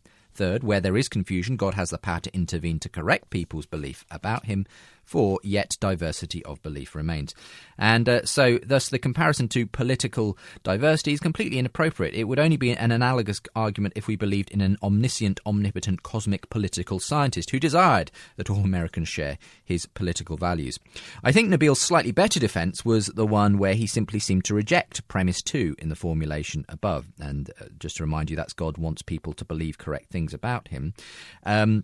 Suggesting that the details of our beliefs don't matter to God except on a few key issues where they do matter. If any of our beliefs really do matter, and those are beliefs on which sincere people disagree, then I think the force of the argument holds, says Jay Webb. Here's Tom Hilton, though, who has a different take on this, says, to be honest, I thought the show was a bit of a waste of time. The fundamental argument that because of differences in opinion, there's no truth in Christianity isn't logical. End of. But I thought Andrew's comment about his time at Bible college was fascinating. He argued that God should be able to answer the question, are non-believers all condemned to eternal torment? It's as if Andrew thinks God must be held responsible for the understanding of all humans. That seems to be the basis for his whole contention that he cannot find truth. In other words, he's making himself to be the arbiter of truth, and God simply needs to update Andrew with the facts, and he decided this while at Bible college? Ouch. Maybe skeptics would like to offer a theory about why all humans should be expected to understand all things in the same way. And maybe they would like to offer a proposal about why a God must ensure inconsequential things are agreed by all Christians. What is wrong with the idea that a Christian is only somebody who believes in the risen Lord? Full stop. God is concerned about rescuing lost people, not hoovering up intellectual garbage around genealogies and the first Planck time. When God offers that honest seekers will find truth, we should not expect that truth to be on strictly human terms. This is God we're dealing with, not Google. Anyway, thank you very much for weighing in there on the Unbelievable Facebook page, Tim.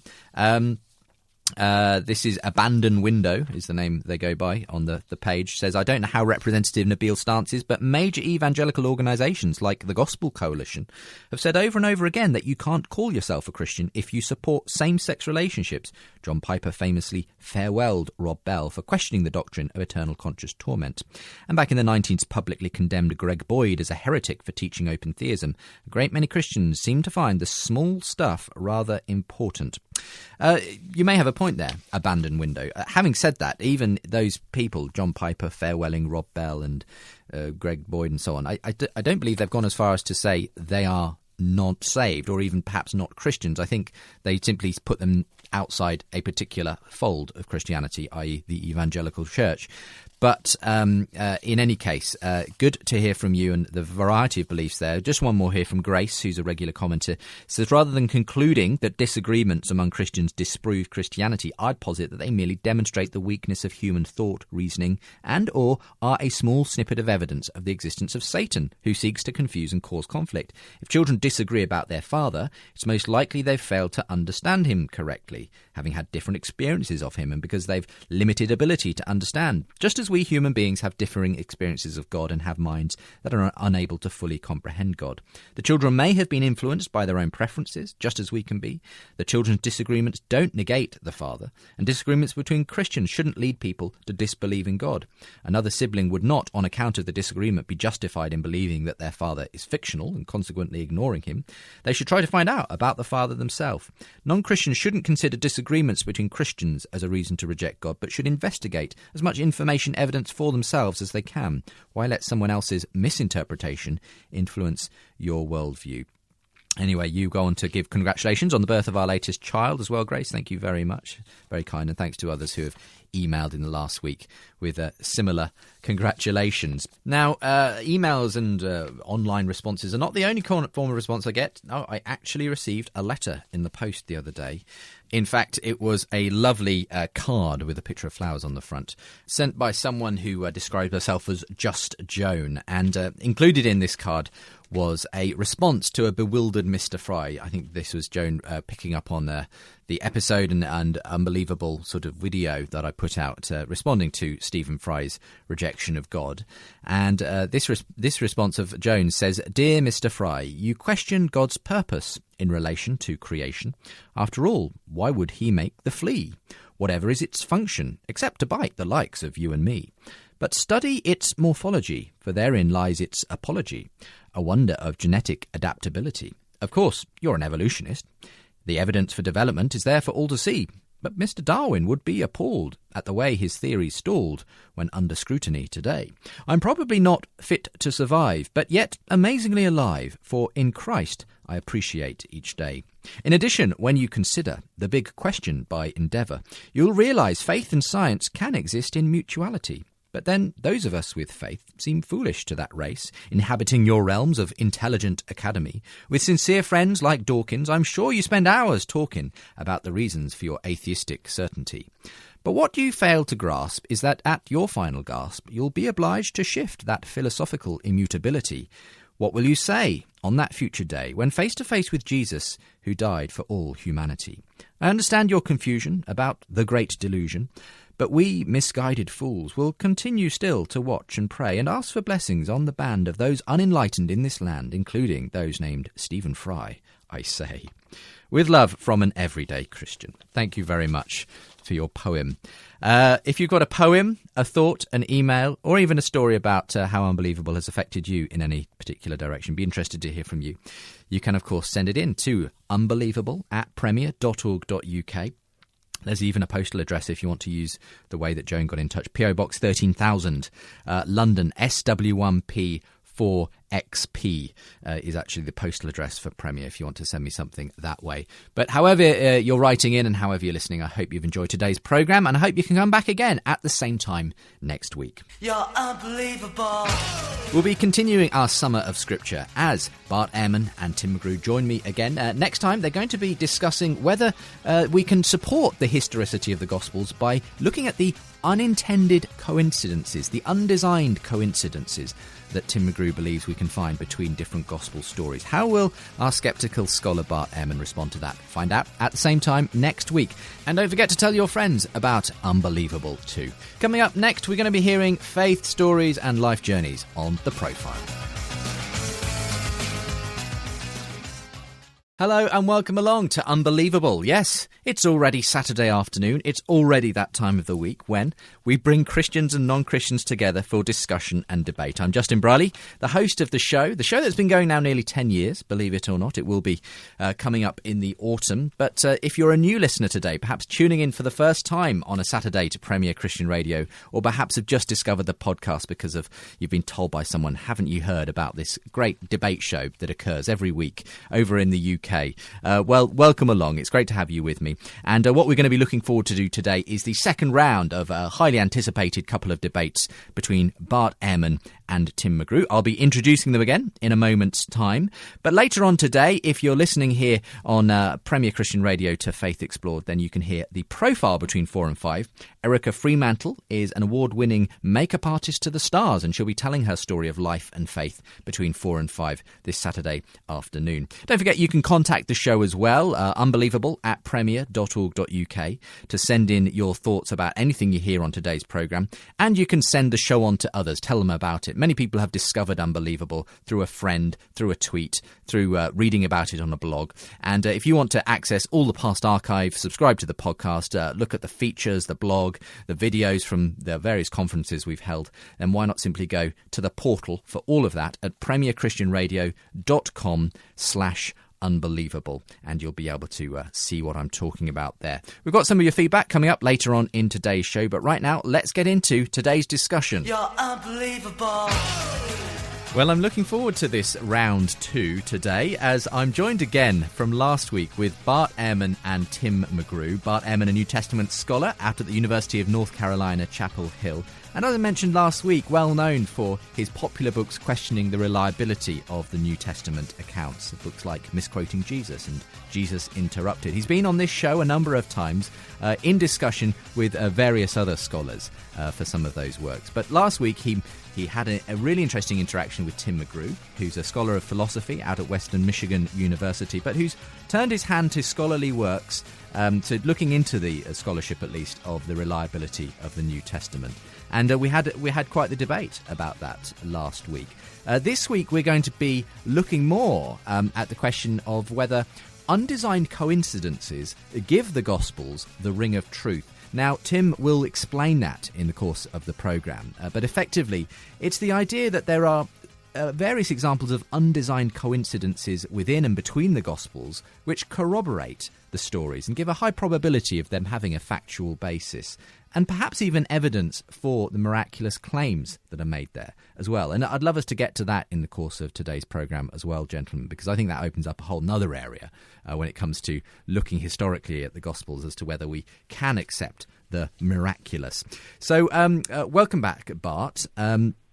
Just as we get underway in today's programme, having had the introduction to you last week, have you ever come across this particular argument before? I think it's fairly new to you, as far as you can see. I'm not familiar with how Tim works it out. Of course, I mean the relationships of the Gospels to one another has been a area of study for a very long time, and scholars have ways of working out why there are agreements between Gospels and disagreements among Gospels, and so I'll be interested in hearing his theory. Okay, great stuff. Just a reminder, if you want to find out any more about Bart, if your interest has been piqued, ehrmanblog.org, Ehrman, EHRMAN blog.org, and you can go there to see the blog and join the community that likes to discuss things there. Tim McGrew joins me again. And Tim, if people want to find out a bit more about you, I mean, I know that your articles pop up all over the place online. What would be a good place to send people or terms to search for if they're just using Google? Sure. Well, if they're interested in my academic work, they can visit my webpage at wmich.edu. I have a homepage there with a few things up, mostly not of apologetic interest, more things in epistemology, history and philosophy of science, although I have a little bit of philosophy of religion work there as well. I do some work for apologetics.com. They can go there and see links to some of my works, and given quite a number of lectures on things like the Gospels, the internal and the external evidences, charges of contradiction, charges of historical error, and videos for all of that can be found on YouTube. Just Google my name with any of those terms and that'll come up. And don't mistake you for the country and western singer Tim McGraw, which is... Every time I speak down south, somebody thinks he's the first person to notice that, yes. I only know that because I Googled Tim McGrew and it tried to auto-correct me to Tim McGraw, gospel country and western singer.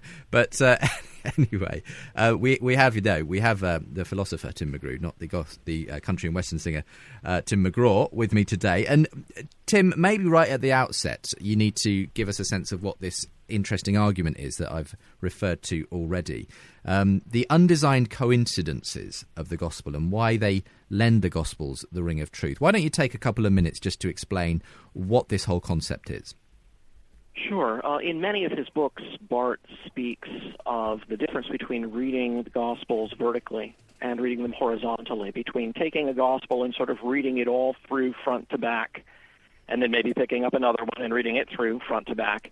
And on the other hand, cross-comparing them, looking at passages where similar subjects come up in different Gospels, noting small variations between them, trying to speculate as to what those differences might mean. I'm a big believer in both kinds of reading, and I don't think Bart would disagree with me there, but I'd like to encourage him to do even more horizontal reading than he does already.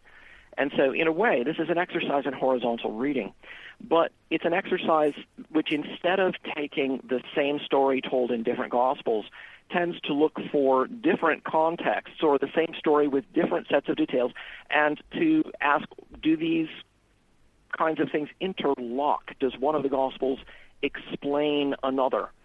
And the funny thing is that once you look into this, there are many cases of this crisscrossing the Gospels in all directions. The Synoptics explain John. John explains the Synoptics. The Synoptics explain one another. So the interlockings there are pretty extensive, and they're omnidirectional. They don't just have one direction that they all go, like Mark explaining everybody else or everybody else explaining Mark. I think that's an interesting and an important point from the standpoint of people who are worried about the synoptic problem, because what it shows is that whatever else you may think about that, the authors of the Gospels have independent sources of information, not just special L or special M, the Lucan and Matthean sources apart from Q, if Q even exists, but even in some of the places where they're tracking with Mark, they have details that can be corroborated that are not found in Mark. And Let me give you one example of this. Yeah, give us an example. That'll help. It's easier to see this in this way than it is just by an abstract discussion. Sure. So in Matthew 14, we've got the story of the death of John the Baptist. Mm-hmm. And the setup for the scene has Herod Antipas reflecting on what he's hearing about Jesus, and he turns to his servants and says, "What's going on here? I had John the Baptist killed. He's back from the dead. What is this?" And the really important thing from the standpoint of this argument is those three words, "to his servants." Okay. Matthew is a tax collector turned itinerant preacher. Mm-hmm. How does he know what Herod Antipas is saying, presumably in the privacy of his own palace, to his own servants? Now, we have lots of questions like this in ordinary historical work, and we can't demand that we find answers for them, but it's curious. It makes us wonder. Mm-hmm. If you go over to Luke chapter 8, verse 3, not the story of the death of John the Baptist, rather a list of women who minister to Jesus and his disciples, you find that it mentions Joanna, and it describes her a little bit. It says she's the wife of Huzzah, Herod's household manager, his steward. And suddenly it's not a mystery how Matthew could have known what Herod was saying to his servants. Jesus' followers had family in the highest ranks of Herod's servants.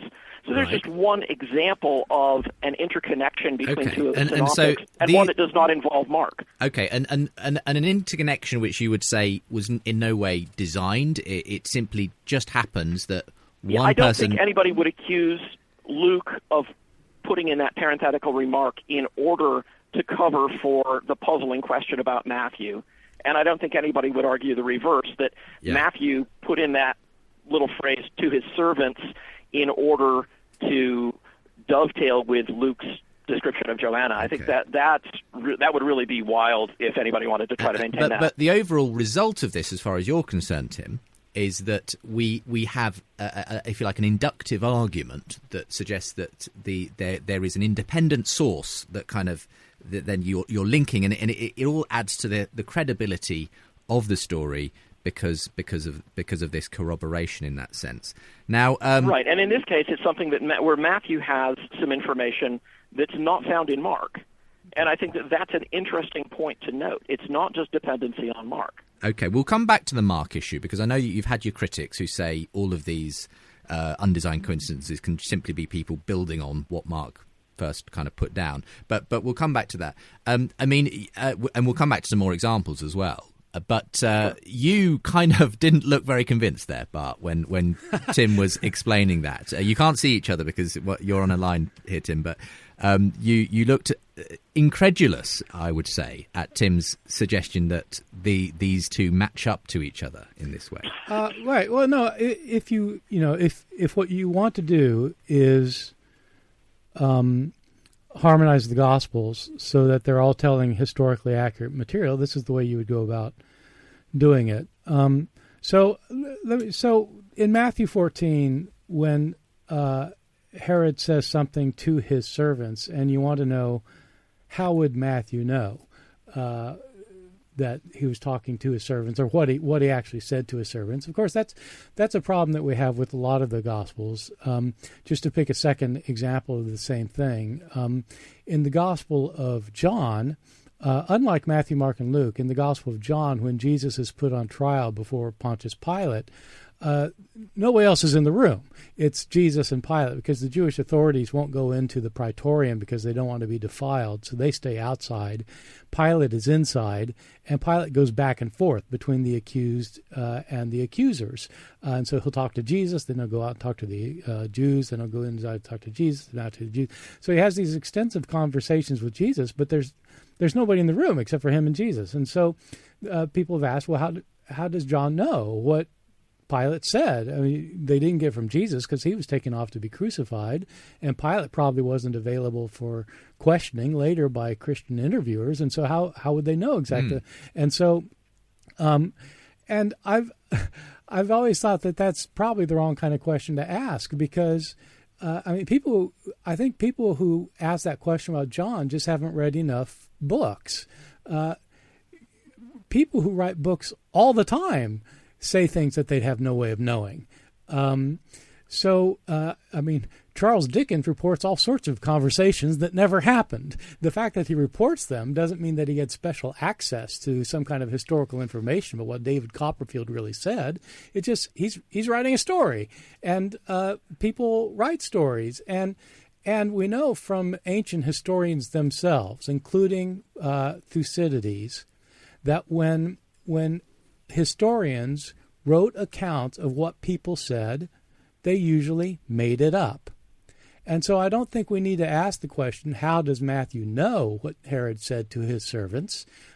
This is simply the way that you write accounts about what happened in the past. Okay. So, Tim, we don't need to do all this trying to marry up one bit of the gospel against another. People just invented conversations because it helped the story along back in the day. What's your response to that? And if you want to then draw out some more of these examples, feel free. Sometimes they do, and sometimes they don't. And some historians castigate others for inventing conversations that didn't take place. So this is not such a uniform thing as all that. Sure, there are lots of instances of that. Josephus is sometimes guilty of that. Thucydides is sometimes guilty of that. But in other cases, that's not the case, and people are very concerned to get the gist of what was said. Word for word, not likely. The gist of what was said, sure. Now, I'm really interested in a couple of things about this John 18 passage, so I'm glad that Bart brought it up. First of all, Bart says that nobody else was in the room. I'm sorry, John 18 doesn't say that. It says that the Jewish leaders didn't enter Pilate's house or headquarters. It does not say nobody else was in the room but Jesus and Pilate. There were undoubtedly guards there. It is possible that John himself slipped in. He seems to have been known to the high priest and to have had a certain amount of freedom in his movement. So I think that's just reading something into the story that isn't there. Yeah, the Jewish leaders are outside. It does not follow, as Bart said, that nobody else was there. But there's more than that. Let's look at that conversation, because I think it's a really interesting one. What's the first thing that Pilate asks him? He enters the headquarters, and in John 18:33, he calls Jesus and he says, "Are you the king of the Jews?" Now, the curious thing about that is that that's not an accusation that John records. That's not one of the things that he has the Jewish leaders say. So why would that be on Pilate's mind? Well, turn back to Luke 23, and you'll find a fuller account of the charges against Jesus. And one of those charges, and a grave one that Pilate would have to take seriously, is that he makes himself to be Christ, a king. Caesar's the only one who gets to make a king. So when you look at Luke 23, you see a bit of the context that John has left out. It's not like John is saying something false, but there's this inexplicable first question coming from Pilate, and it's answered there. This is another example of an undesigned coincidence, then, that Luke fills in some info. Yeah. Right, we get this one going in both directions, because in Luke 23, Pilate asks Jesus, "Are you a king?" And Jesus has this very terse response. "You say so, su leges." And that's all Luke tells us. And then Pilate turns around, goes out, and says, "I find no fault in this man." What is wrong with this picture? The Jews make a grave accusation that Pilate, as Caesar's representative, must take seriously. He asks Jesus about this very question. Jesus either admits it, or at the very least insouciantly refuses to respond in the negative, And Pilate promptly turns around and acquits him. Well, if you go over to John 18 and look at the fuller conversation that's reported there, you discover that when he says, "Are you a king?" Jesus, in the course of that conversation, says, "My kingdom is not of this world. If my kingdom were of this world, my servants would have been fighting." Oh, not that kind of king, a philosopher king of some kind. And now we can understand why Pilate would say, this is not a threat to Caesar. This is not something that I need to take in that way. So each of the passages contains details left out by the other. This is not what happens when you get people sitting down to write stories. Nobody picks up David Copperfield looking for answers to those unresolved questions you had about Moby Dick. Those two stories are not anchored in the same independent reality. These are. That's a really interesting way of putting it. Okay, plenty of food for thought there, Bart. Yeah. No, you're right. People don't do that with David Copperfield because people have no reason to want to make David Copperfield and Moby Dick align with each other. If people did have reasons to want to do that, they would find all sorts of things that were very similar that they would be amazed at. I think there's an easier explanation than undesigned coincidences for the trial before Pilate. It's a fairly standard explanation, which is that Jesus of Nazareth was condemned to death by the governor of Judea, Pontius Pilate, because he was calling himself the King of the Jews. This was a historical datum. This was what was widely known. This was known independently to people. It was known to whoever wrote John. It was known to whoever wrote Luke. It was known to whoever wrote Mark. And they all told stories about it. Their stories in many ways can't be reconciled with each other, but they have the same basic view, namely that this is why Jesus was executed. And so it's not strange at all that Jesus gets asked, "Are you the King of the Jews?" in both John and in Luke and in Mark and in Matthew. It's because that was the issue. The reason that in the Gospel of John and in the Gospel of Luke that Pilate at first doesn't seem to do anything about it once Jesus admits he's the King of the Jews has a different reason. It's because with the passing of time, Christians were increasingly convinced that, or at least they increasingly wanted to say, that the reason Jesus was crucified was not because of the actions of the Roman governor. The reason Jesus was crucified was because of the hatred of the Jewish leaders, and eventually, of course, the Jewish people themselves. If you look through our traditions, if you arrange our traditions chronologically, so suppose you start with the Gospel of Mark, and then you move to Matthew, then to Luke, then to John, and then to the Gospel of Peter in the 2nd century, and then to what Justin Martyr says, and then and so on. You arrange things chronologically. The most striking feature of the traditions about Jesus being condemned to death is that Pilate becomes increasingly innocent with the passing of time, and the Jewish people become increasingly guilty. That's because as Christians were telling and retelling their stories, they were in heightened situations of antagonism with Jews. And Christians began portraying Jews as the ones who were responsible for Jesus' death. And so that's why in the later sources, Pilate has to have his arm twisted, because that shows that, in fact, it's the Jews who are at fault. Okay. Any responses to that, Tim? It's taking us off in an altogether different direction at this point. Yeah, I think this is a kind of literary criticism that gives certain branches of New Testament scholarship a bad name. That is an awful, a wholesale return of conjecture on a trifling investment of fact. It does not really answer the question, why is it that in Luke 23, Jesus is acquitted by Pilate without any recognizable reason? It doesn't answer the question, why is it that Pilate, who apparently, as we read John 18, is just now figuring out who this Jesus guy is. What have you done, he asks him. Doesn't answer the question why he says, as the first thing that we have recorded in John, are you the King of the Jews? It's only by putting these two passages together that we can see it in stereoscopic vision. Bart wants to say, it's all just sort of stories being told in order to absolve the Romans and put the blame on the Jewish leaders. No doubt they did think that the Jewish leaders were primarily responsible, but I don't see that as answering the data that we're looking at here. That's really just a conjecture about the psychology of early Christianity that seems to me to be not terribly well founded. Okay. Yeah, no, I'll respond to that.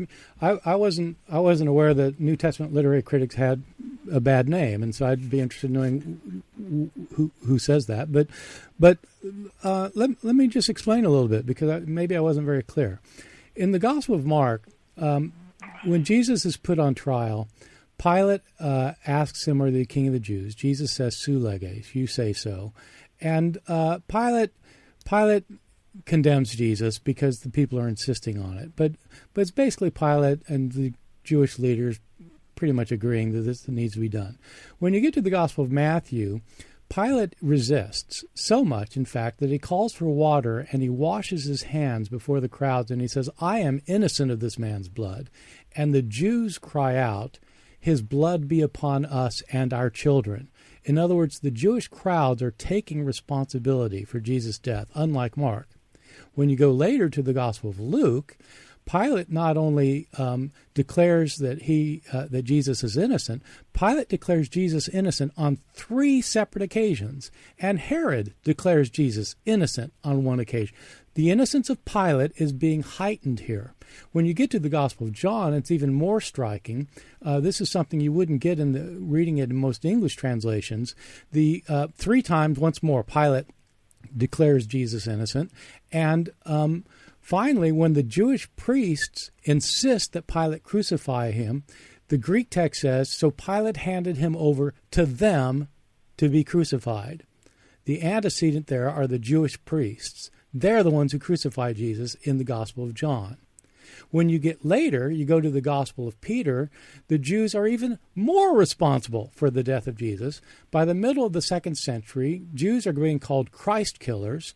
By the end of the 2nd century, Jews are being accused of deicide, of actually killing God. There's no question at all that Jews are shown as increasingly responsible for the death of Jesus, and that can explain the changes in the Gospels. Okay, well, that was the fuller explanation in that sense, Tim. But for you, what I'm hearing is, well, that's not really the issue at stake here. It's an issue of how you... 2 things. First of all, we wandered off into the 2nd century there, and I'd like to keep our discussion to the Gospels that we have reason to believe were written, circulated, quoted, and treated as authoritative in the first, which is not something that I would be willing to grant about the Gospel of Peter, and I'm not sure that Bart would either. I think this attempt to find trajectories in the resurrection and crucifixion narratives is largely a function of cherry picking. There are statements in all of the synoptic Gospels where Jesus says to the Sanhedrin, "You shall see the Son of Man sitting on the right hand of power." Jesus predicts his death multiple times in the Gospel of Mark. Statements like these are not found in John. What's happening? Bart has wanted to make various trajectories. One of them that he discusses at some length is from a human, vulnerable, baffled Jesus to one who is triumphant. But actually, a lot of these things can be argued the opposite direction if you pick and choose your data. So I think that's just not persuasive. Bart asked, who are these people who say these things about New Testament scholars? Let me give you a couple of quotations here from E.M. Blakelock, a New Zealand classicist. Quote, "A classical scholar finds it difficult to be patient with some of the exotic theories of literary criticism which have bedeviled New Testament studies. Classical historians have been a little ironical in recent decades over the calculated skepticism of New Testament scholars who refuse to see what the classicists so naturally see, a record of life in the first century, if no more than that, which must at least be accorded its unique value as historical material. When critical theory seeks to persuade that liturgical and spiritual needs and aspirations, taking shape from nowhere and within the lifetime of those who had known the first half of the first century, themselves created a supporting literature, the narratives and sayings which form the Gospels, fantasy is propounded, which would provoke ridicule in any less confined and introverted sphere of literary criticism." Let me give you another one. Blakelock is not alone. Here's John Rist, another classicist, in an autobiographical statement. "Thus, the full range of Christian claims must go back to the very earliest followers of Jesus and, in all probability, to Jesus himself. I could no longer delude myself that real scholarship told us that we have no evidence that Jesus himself, as well as the earliest generation of his followers, made claims for his divinity. The attempt of biblical critics to show that such claims grew up or were fabricated within the church seemed to be a tissue of bad argument, unhistorical treatment of the sources, and wishful thinking, the wish being to make Christianity acceptable to the conventional liberal orthodoxy. Okay, the so obviously scholarship was defective to a degree that would not be acceptable in other philological disciplines. Okay, and I have more like this. Yeah, so obviously there are some classicists out there who say who say that certain biblical scholarship is giving it a bad name. I mean, okay, we're going to have to go to a break, and we'll come back because I'm sure Bart wants to respond there. I do want us to get as well to the other issue. Perhaps we will have time for one more of these undesigned coincidences to talk through. But whether this, as you claim, I think also, Tim, actually gives us evidence for the miraculous claims in the New Testament, because I think that's another area we should try and break open before our time comes to a close. So come back in a moment's time as we conclude today's discussion, or at least have the second part of today's discussion on whether the undesigned coincidences between the Gospels give them the ring of truth. My guests today on Unbelievable, Tim McGrew and Bart Ehrman. Premier Christianity, for cutting-edge commentary and encouraging stories. Tackling the big issues to help you live out your faith. This month, the Vicar of Holy Trinity Brompton, Nicky Gumbel, gives an exclusive interview on the church's ambitious planting strategy as HTB seeks to breathe new life into dying congregations around the UK. We ask, what can Christians do to defy ISIS? And meet a Mormon. Michael Flournoy explains his beliefs, while Lynn Wilder tells her story of leaving the Mormon church for Christianity. For your free copy of Premier Christianity, visit premierchristianity.com/free sample.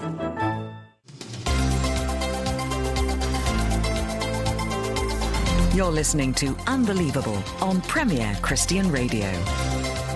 Well, today on Unbelievable, we've been engaging in what you could call a summer of scripture. Following on from last week's discussion, Bart Ehrman and Tim McGrew are looking into some of the claims for and against the reliability of the Gospels. And today we're asking, do undesigned coincidences, and Tim McGrew, one of my guests today, spelled that out, do they give the Gospels the ring of truth? We've heard a couple of really interesting examples today of where it appears that there's a corroboration between different accounts, John and Matthew, or Luke and Matthew, and so on. Well, we're going to be hearing a bit more about that from Tim McGrew in the course of today's programme. Bart Ehrman, New Testament scholar at the University of North Carolina, well known for taking a more sceptical view and making it available to the public through books like Misquoting Jesus and Jesus Interrupted, is in discussion with Tim McGrew today. We were hearing Tim giving a couple of examples where he thinks that this trajectory idea of Christians gradually kind of making either Jesus more divine or making the Jews look worse and so on, it's giving biblical scholarship a bad name, he says. And he gave a couple of examples of why of classicists who say, we've got to go back to the earlier sources, and there's not the evidence there that many people in right. I mean, say. Of course, it's possible to quote various people who are opposed to anything. That doesn't mean that so there's generally a bad name associated with it. There are mythicists who will say that historians have a bad name. Well, you have to consider the source. I mean, if a mythicist says that the study of the historical Jesus has given history a bad name, I mean, well, okay, that's fine. They can think that. And the people that Tim is quoting, yes, they're right. They have the right to their opinion. The question isn't whether somebody has that opinion or not. The question is whether it's justified. I laid out a case for how it is that the Gospels increasingly portray Jews guilty and Pilate innocent in the death of Jesus. I wasn't restricting myself to second century sources. I started with our earliest sources, Mark, Matthew, Luke, and John, and I showed that there is, in fact, this trajectory. There's nothing particularly cherry-picking about that. That's simply showing the trajectory that anybody can see when you line them up on chronological basis. And it's that trajectory that can explain precisely the data that Tim is talking about when he wants to take one detail from one gospel and another detail from another gospel and say, see, here's an undesigned coincidence. Tim? Yeah, I don't think that explains the data, and I would just challenge Bart, if you think your trajectory hypothesis explains why Pilate acquits Jesus with nothing more than what is reported in Luke 23, let's have it. Okay, I'll give it to you. I'll give it to you. It's in order to show that Jesus, by Roman standards, was completely innocent. And the only reason Pilate condemned Jesus was because the Jewish authorities insisted he did. That doesn't explain it. It does explain Pilate's it. actions from a Roman perspective are unaccountable. If Luke had given us if we took what Luke gives us as a complete description of what transpired, because Luke wants to show. That doesn't explain it at all. It does. It's because Luke Pilate's is trying to show. abrogating his responsibility. If he's saying, "You're a king? Oh, great, fine, no problem." That is unaccountable. I don't think you are. Where does Pilate say that? Where does Pilate say that? Well, isn't the point that Tim's making is that if Jesus admitted to the charge of being king of the Jews, Pilate, by Roman standards, should have had him crucified by Romans at that point. What does Jesus reply when Luke says that? When Pilate asks him that in Luke? Tu leges, you've said. And what does that mean? Well, it means one of two things. Either it means you say it yourself, or it means, yep, you said so. And either of those answers is utterly insufficient. Does he say, yes, I am a king? Pilate immediately in the narrative goes out and says, I find no fault with this man. Why doesn't Jesus say, yes, I am? Do you think he's not saying that by saying su leges? I absolutely don't think he's saying that. Interpretations do differ on that, right? Well, the words for yes, I am are a me. There's a way of doing it that way, and then there's this colloquial expression. Oh, really? Right? Where does su leges show up otherwise? Of the charge? Is it a denial of? Is it a negative answer to the question? Are you the king of the Jews? Where is su leges used to say yes, I am? Elsewhere. I'm not saying that it has to be. I've said it could bear a couple of meanings, but none of them would explain what Pilate does. My point is, Pilate has not gone against any Roman judicial practices. Pilate has said that Jesus is innocent, and he's saying that in the narrative precisely because it's trying to show who finds him guilty. It's the Jewish authorities. This is trying to show that the Romans are not at fault for the killing of Jesus. It's the Jews who are guilty. That's all part of what's going on in Luke's own historical context when Christians are blaming Jews for the death of Jesus. The Jewish leaders, not the Jewish populace. But it's your contention that the best way of explaining why Pilate doesn't immediately go and have Jesus crucified is that John fills in the gap as to why he didn't do that. There's extra information. Luke is giving us a compressed narration of what's going on. And in that compression, he leaves out something that leaves the narrative inexplicable as it stands. Bart doesn't see a problem with it, but I think that's because he's in the grip of a literary theory of development here that does not actually do the job he thinks that it does. I don't think, my view is that you should not use one author in order to explain what another author is trying to say. So that, for example, if you're trying to understand what Livy is trying to say at a particular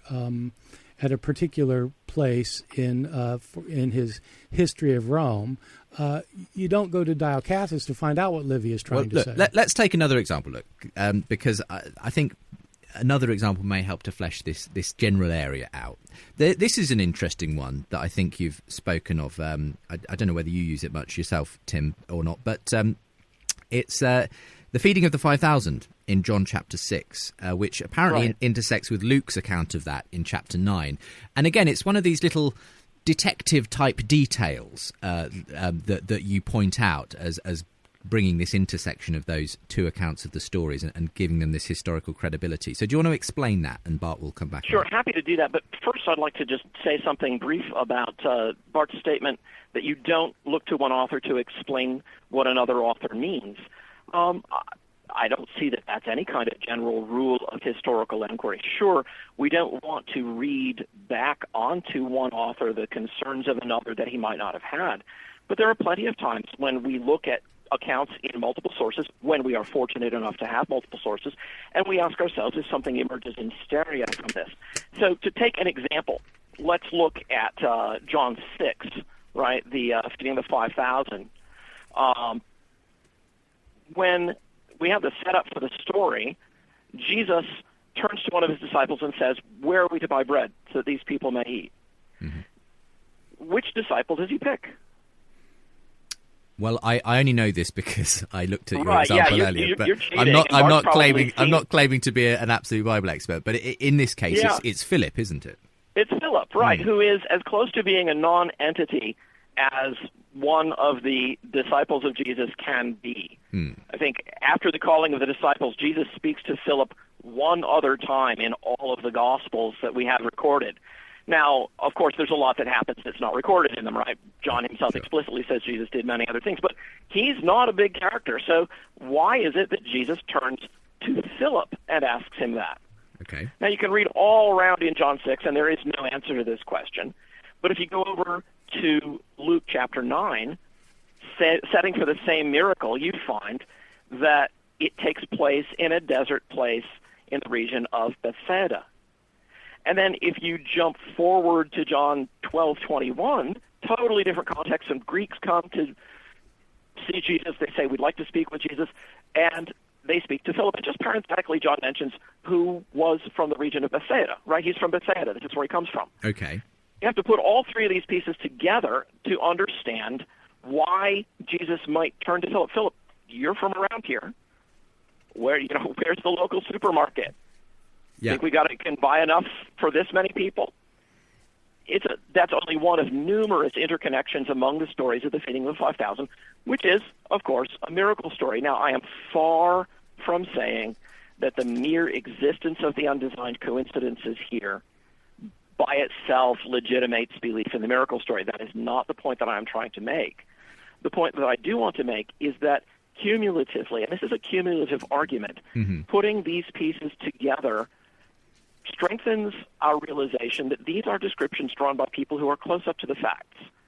They're well-informed, they're habitually truthful, and so even their divergent expressions sometimes dovetail in ways that we just don't see in works of fiction, at least not before the invention of the modern realistic novel. Yes. So there's a sense in which it's either an extraordinary lucky coincidence or by people who were writing completely different things, or else they were working off, people, real people, and they weren't intending to make a coincidence here, but it just so happens that because they were working off real events and real people, we find out, as it happens, that, Philip came from Bethsaida in John, and that gives an explanation for why in Luke Jesus turns to Philip when they're in the region. Actually, it's in John that he turns to the other way around. In Luke that it's exactly set there, right? But you get the point. Yeah. So here, what's your response to all of this then? Okay, I've got two responses. So the first one, I'm not quite sure. So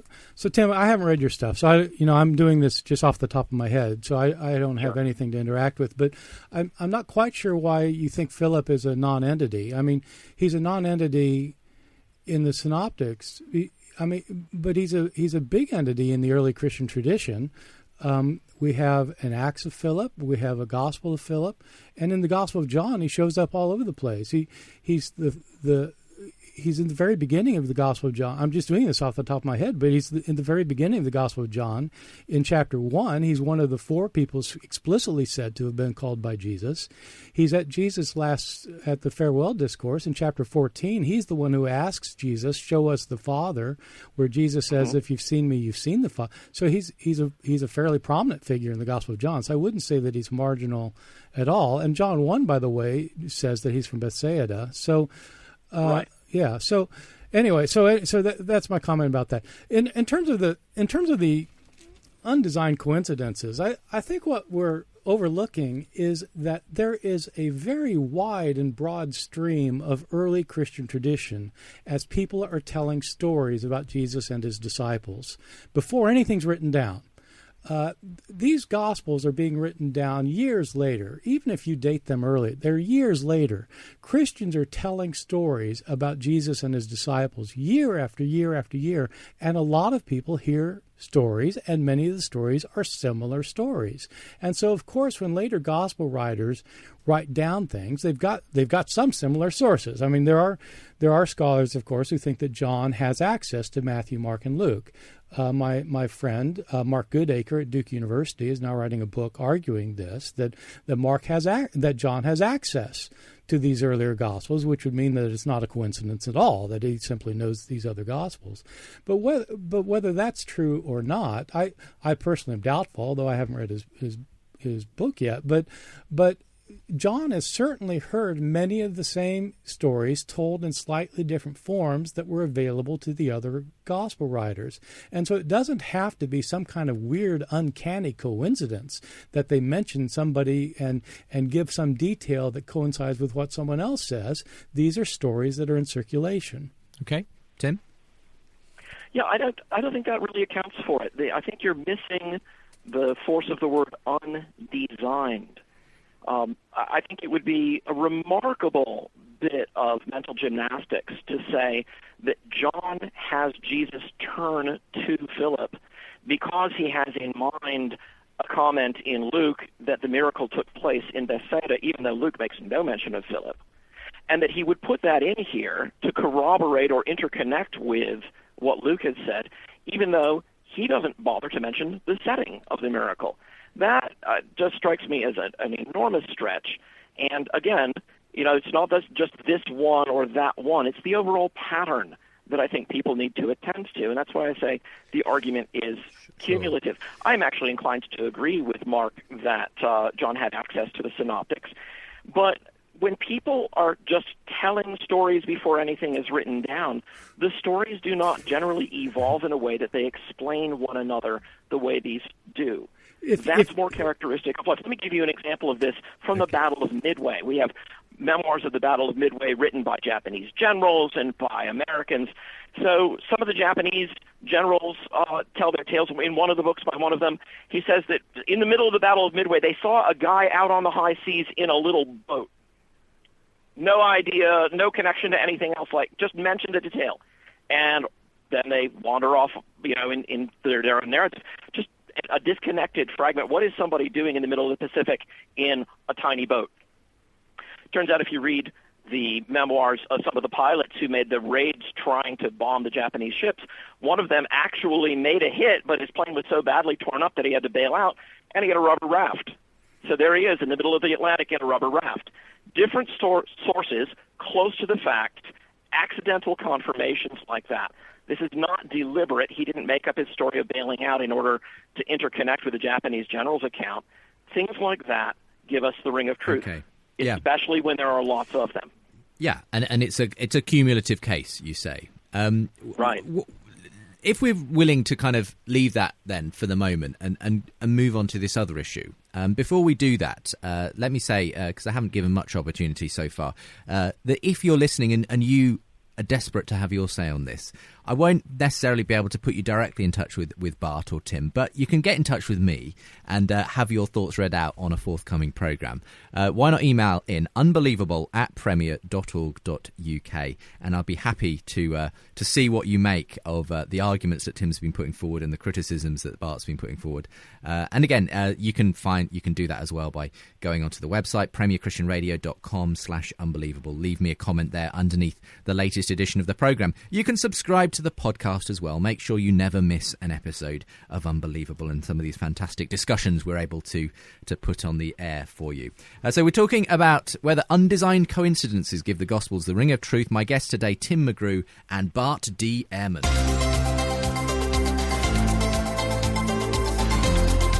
Unbelievable with Justin Brierley.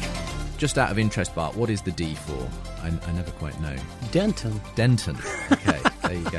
My brother's middle name is Kenton. I'm one of those unusual people who don't have a middle name, and so I don't have the opportunity to do the fancy initial. Yeah. Tim, just completely side note, do you have a middle name? I do, Joel. So do you go by Tim? Old Testament prophet. Tim J. McGrew ever, is it? Timothy Joel. Okay. Joel. Well, there you go. Funnily enough, I had my fourth child recently, and we went for Joel as the middle name as well in that case. So nice. There you go. Coincidences abound.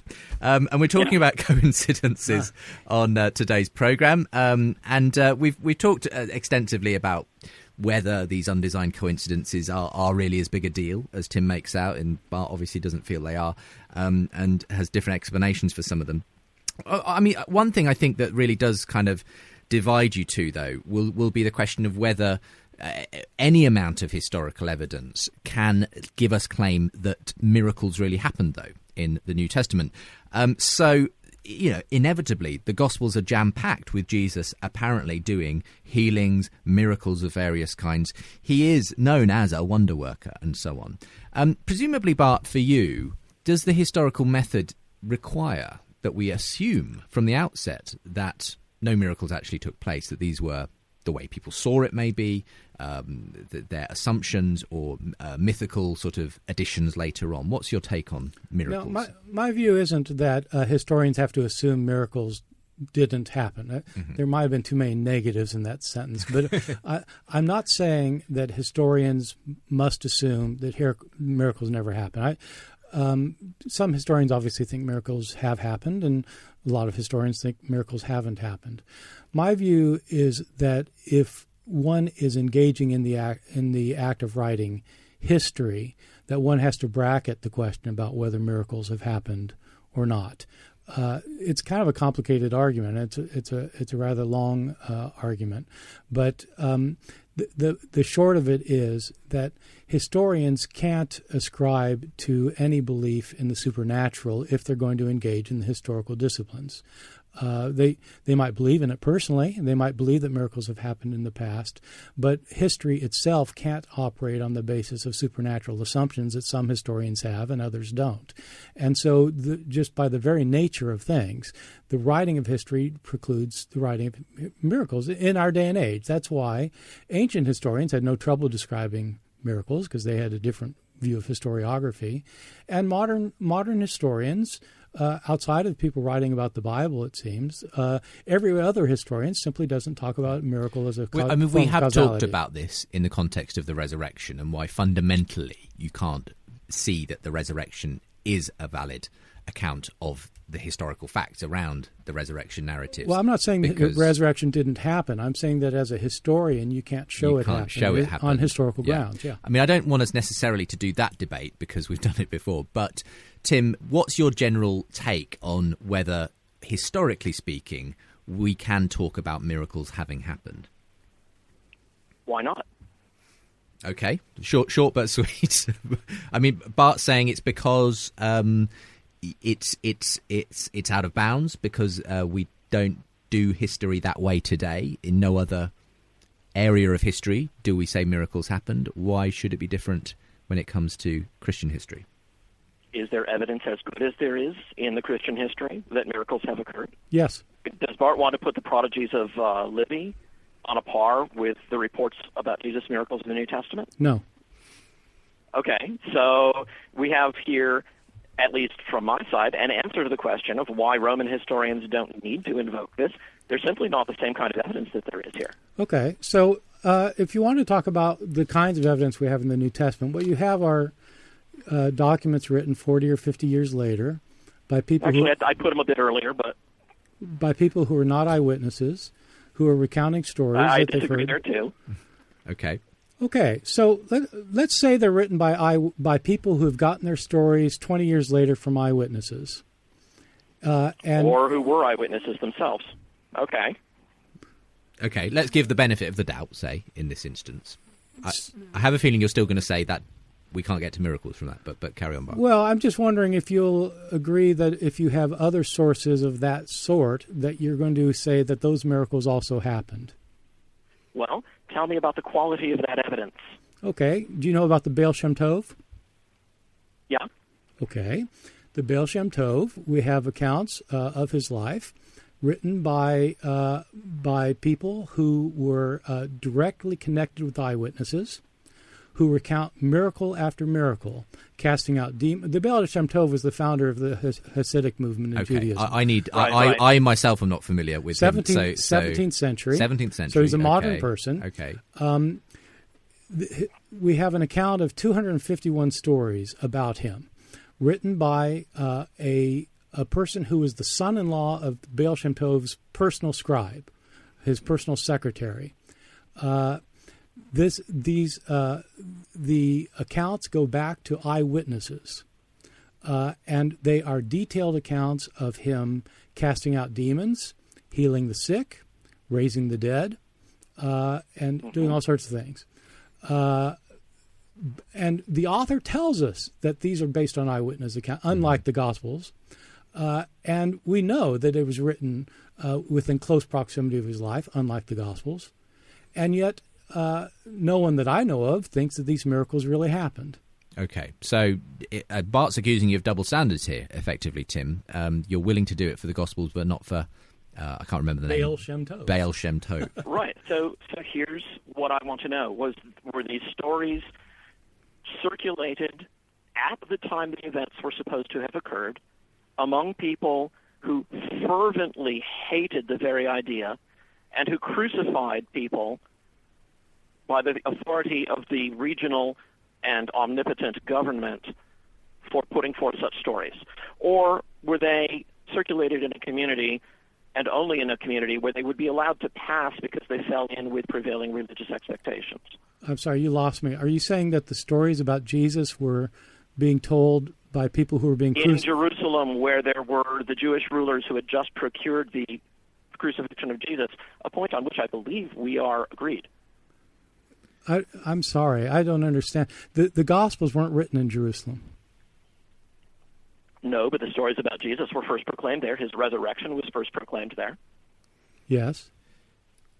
Right. I'm sorry, I don't get what you're saying. Are the stories about the Baal Shem Tov proclaimed in a place where he's just been crucified, where the people who crucified him are still in power? What? I mean, what you're saying, Tim, here, that the context is everything, and that in the case of... It makes a difference to the credibility of a story, whether we can expect that at the time and place that it's supposed to have taken place, it would have been subjected to a searching examination by people who did not agree with it.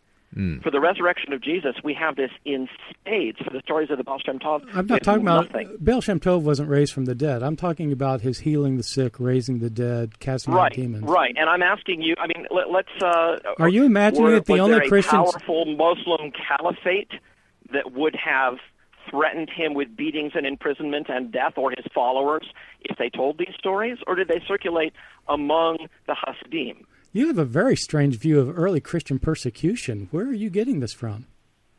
Do you imagine that the early Christians were all being martyred like the year after Jesus died? No, I imagine that they were facing imprisonment. Really? What's your evidence of that? And that that on account of their repeated assertion that Jesus had risen from the dead after being crucified by the Jewish rulers in Jerusalem, where they were speaking. I'm not talking about Baal Shem Tov being crucified or raised from the dead. No, I know, but what I'm pointing out is that when stories of miracles circulate only among people who would not be expected to subject them to any scrutiny, then that is prima facie a reason to doubt whether they happened. Whereas when they circulate among people who are violently inclined to disprove them, that is more interesting and puts it on the map for serious discussion. So what I'm saying is the cases are not at all analogous. You have a very odd view of early Christian history, I have to say. If you imagine that most people who knew Jesus were being subjected to imprisonment and torture and crucifixion, I don't know where you're getting that.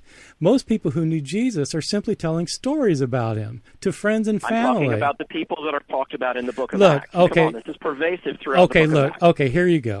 Let me tell you the going to try to write situation. off the Book of Acts too, but that looks to me like you're explaining away the. Let me tell you what the Book of Acts.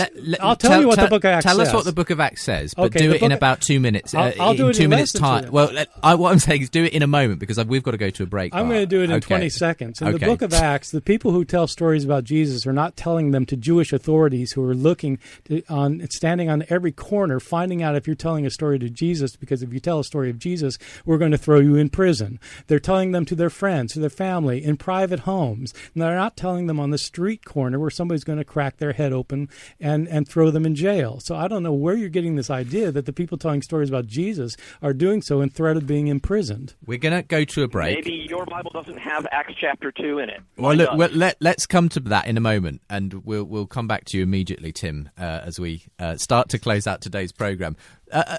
An interesting disagreement between my two guests today as we look at whether the context, if you like, in which miraculous claims are made makes a difference to whether we can give them more credence and authority and so on. So come back in a moment's time. Justin Briley here on Unbelievable with you. My guests, Bart Ehrman and Tim McGrew.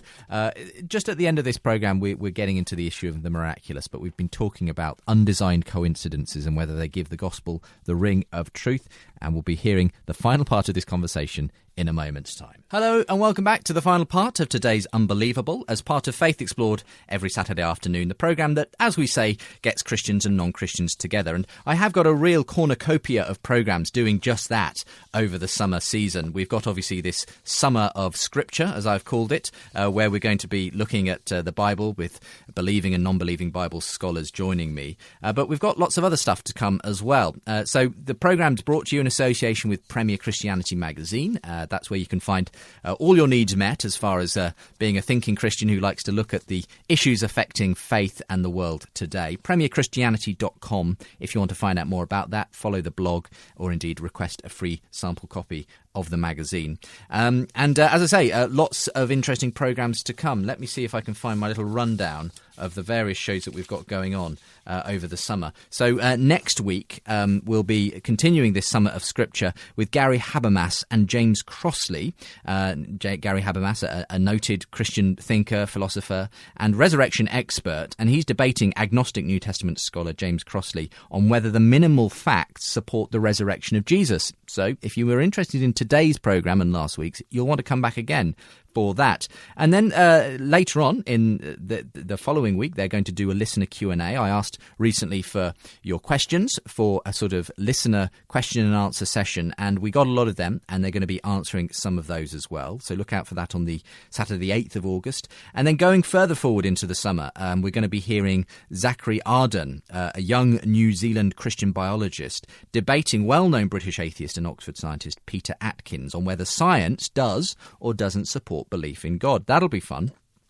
Then a couple of shows with Andy Bannister. Andy was a regular person actually on the show several years ago. Then he moved out to Canada to work for RZIM there as their operations manager, and hasn't been on the show because of that so much recently. Well, he's back in the UK with a new book. It's called The Atheist Who Didn't Exist, and he's going to be with me for a couple of shows debating some of the themes from that. Firstly, whether atheism is a belief system with atheist Ed Turner, and then whether life can have meaning without God. He's going to be debating that with atheist philosopher Michael Roos. So I promised you a series of shows with Christians and non-Christians. That's exactly what you're getting over the summer months here on Unbelievable. We'll be hearing some of your feedback to last week's programme and other recent programmes towards the end of today's show. And as ever, if you want to leave a comment about what you hear on today's programme or find out about the other resources, the podcast, etc. for Unbelievable, then simply go to the webpage, premierchristianradio.com/unbelievable. Be interested to hear from you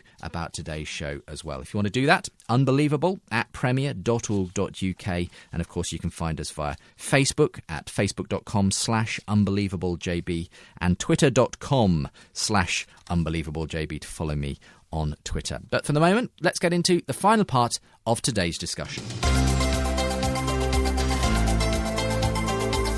You're listening to Unbelievable on Premier Christian Radio. Well, as we conclude today's discussion on undesigned coincidences and whether they give the Gospels the ring of truth, let me first of all thank both Bart and Tim, who have been my guests for the last 2 weeks now. It's been a real privilege for you both to give up your time and join me here, and I look forward to some of the responses we'll be hearing to last week's programme as well towards the end of today's show. Just a reminder, you can send in your thoughts as well by email, unbelievable@premier.org.uk. Bart Ehrman, New Testament scholar, well known for his books questioning the reliability of the New Testament, has been debating for the last 2 weeks now Tim McGrew, who's a philosopher out at Western Michigan University, but who's turned his hand to looking into the reliability of the New Testament. We'll come back briefly towards the end of today's show to talk again about the undesigned coincidences between the Gospels that you claim, Tim. But Bart there saying effectively he thinks you've got a crazy idea of just how, in what context these stories of Jesus were being circulated. There wasn't sort of immediate threats of danger for people to be claiming miraculous things about Jesus, and that seems to you an important facet for why it gives them the ring of truth, if you like, because why would people hold on to, I suppose, those miraculous stories or claim them, or even the critics be talking about them if they simply had no basis in fact, I suppose. So do you want to come back on this, and we'll do a little bit more before we start to wind things up? Sure. I'm astonished that Bart should say that they weren't out on the street corners and saying these things. The only question I have is whether it was a corner or not. But I don't see how you can read the second chapter of Acts without seeing this. I don't see how you can read the third chapter of Acts without seeing this. In Acts chapter 2, verse 14, Peter stood up with the 11, raised his voice, and addressed the crowd. That sounds like speaking on the streets, if not the corners of the streets to me.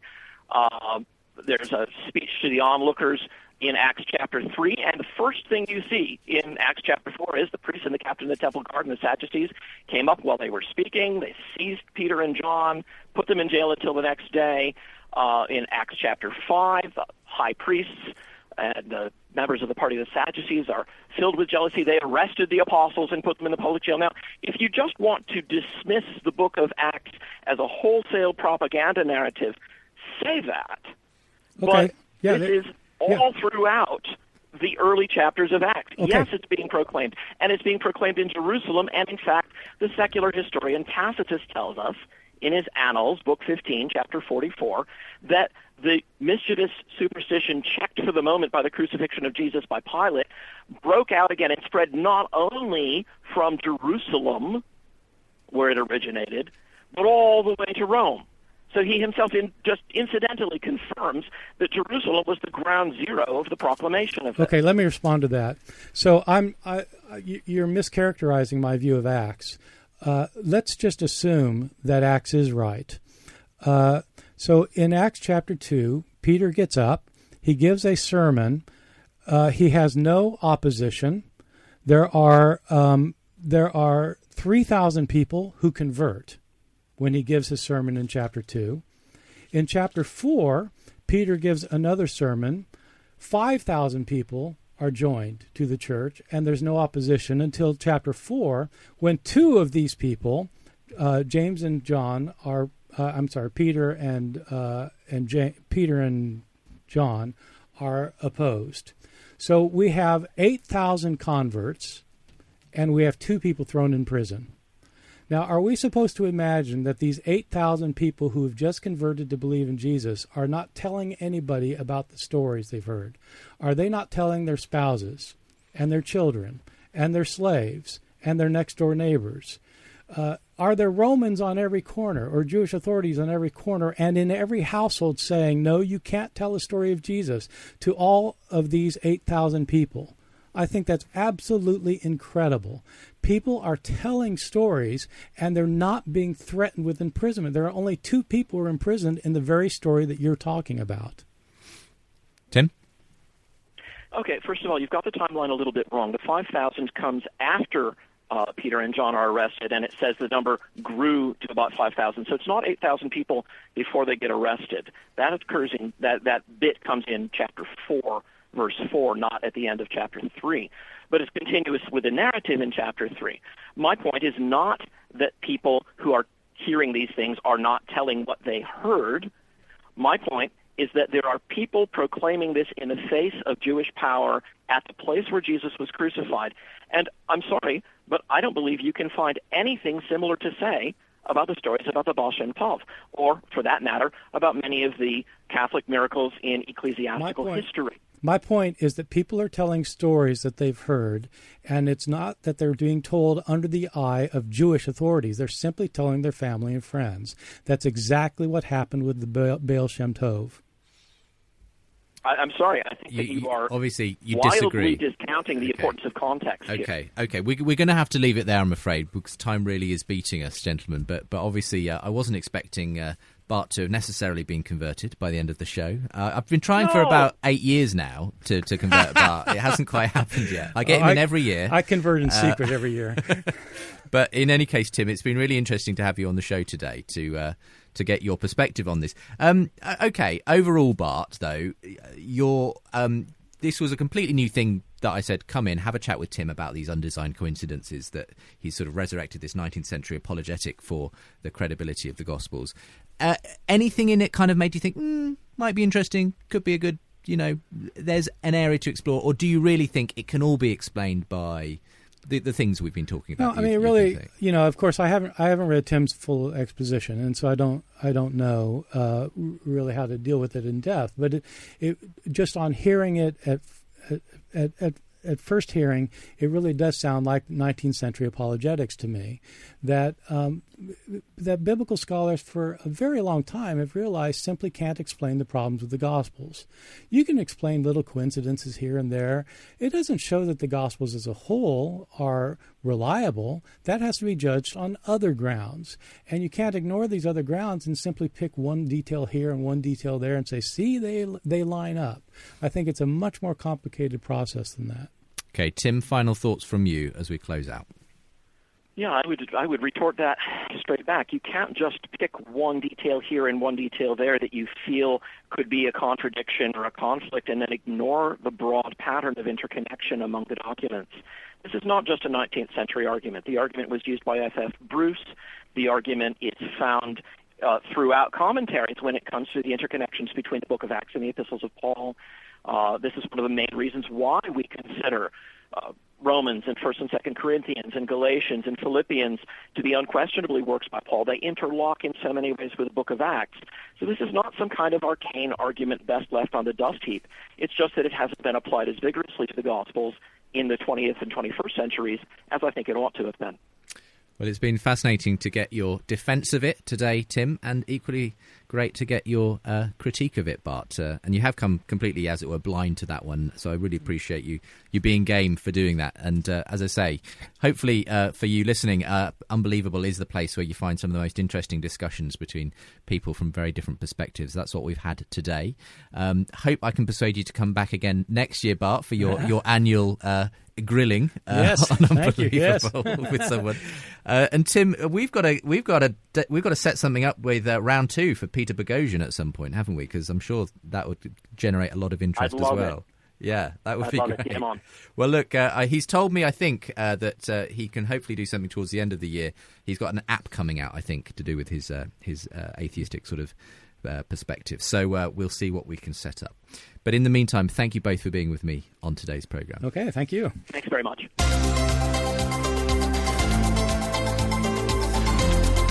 Unbelievable with Justin Brierley.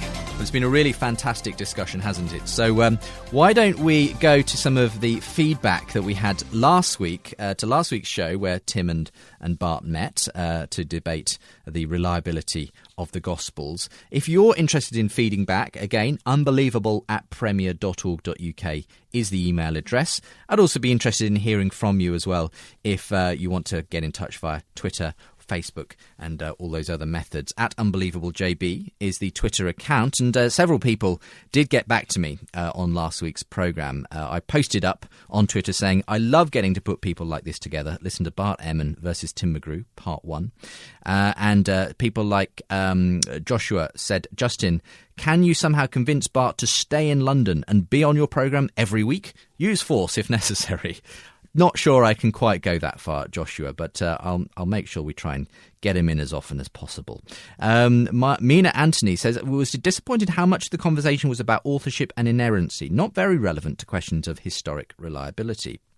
The atheist missionary, who's a regular on Twitter, says, my sense after carefully listening to Tim McGrew, if ifs and buts were candies and nuts, every day would be Christmas, and still waiting for McGrew's extensive external evidence of gospel authorship. Well, I do know that Tim was disappointed not to be able to do more on that positive case for the authority of the Gospels and so on than he was able to in that first programme. But thank you for your tweet. Peter Haraldson says Bart seems to think that holding to some sort of inerrancy disqualifies the person to be unbiased, implicitly saying he's not. And then goes on to say there's other people, Brett Strong, who is never short of an opinion, says, wow, never seen a top Christian scholar so utterly defeated. I suggested that Brett might be slightly exaggerating, that if that was his takeaway from that discussion between Bart and Tim. And Nabil Qureshi, who was copied into that tweet, says, I haven't heard it yet. What do you think was Ehrman's strongest point? And I said, well, maybe Brett's being a little bit over-exaggeration there. And Nabil got back to me to say, yes, I think judging by some of his other tweets, I'll have to agree. And there's lots of other people weighing in on the debate as well. Bruce Nameby says, what about a Christian debate on inerrancy at some point? And here's Mike Nakadi, who said, Ehrman is one of the greats. I'd love to see him rematch William Lane Craig.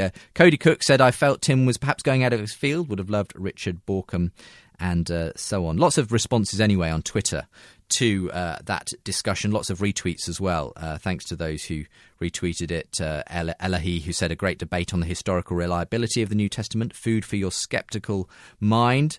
And also Coffee House Theology said, superb New Testament reliability debate between Tim McGrew and Bart Ehrman. Tactical Faith said it was a must-listen. Such a thoughtful show. Thanks to all those who have been so enthusiastic about the last week's show. I hope similar responses to this week's programme as it aired today. Now, you've been getting in touch via email, again, about last week's programme. And let me read at least a couple of these. Andre said, good for Tim not taking Bart's bait to paint him as an uncritical thinker. Bart's assumption is that if you believe in the inerrancy of the Bible, you cannot think critically about the Bible. In other words, only liberal scholars are real scholars, while inerrantists cannot be, therefore discrediting everything Tim has to say. On the other hand, Bart should admit that everyone, including agnostics and atheists, have a worldview perspective which influences their interpretation of the facts. This influence is a person's horizon. Mike Licona explains, horizon may be defined as one's pre-understanding. It's how historians view things as a result of their knowledge, experience, beliefs, education, cultural conditioning, preferences, presuppositions, and worldview. Horizons are like sunglasses through which a historian looks. Everything she sees is coloured by the horizon. Only the naive would maintain that historians who are agnostics, atheists, and non-Christians approach the question of the historicity of the resurrection of Jesus without any bias. Here's Mike Ranieri, who says, who does Bart Ehrman think he's fooling? We all know what he's doing when he asks the inerrancy question. It's a transparent debating tactic that, quite frankly, just demonstrates his arrogance.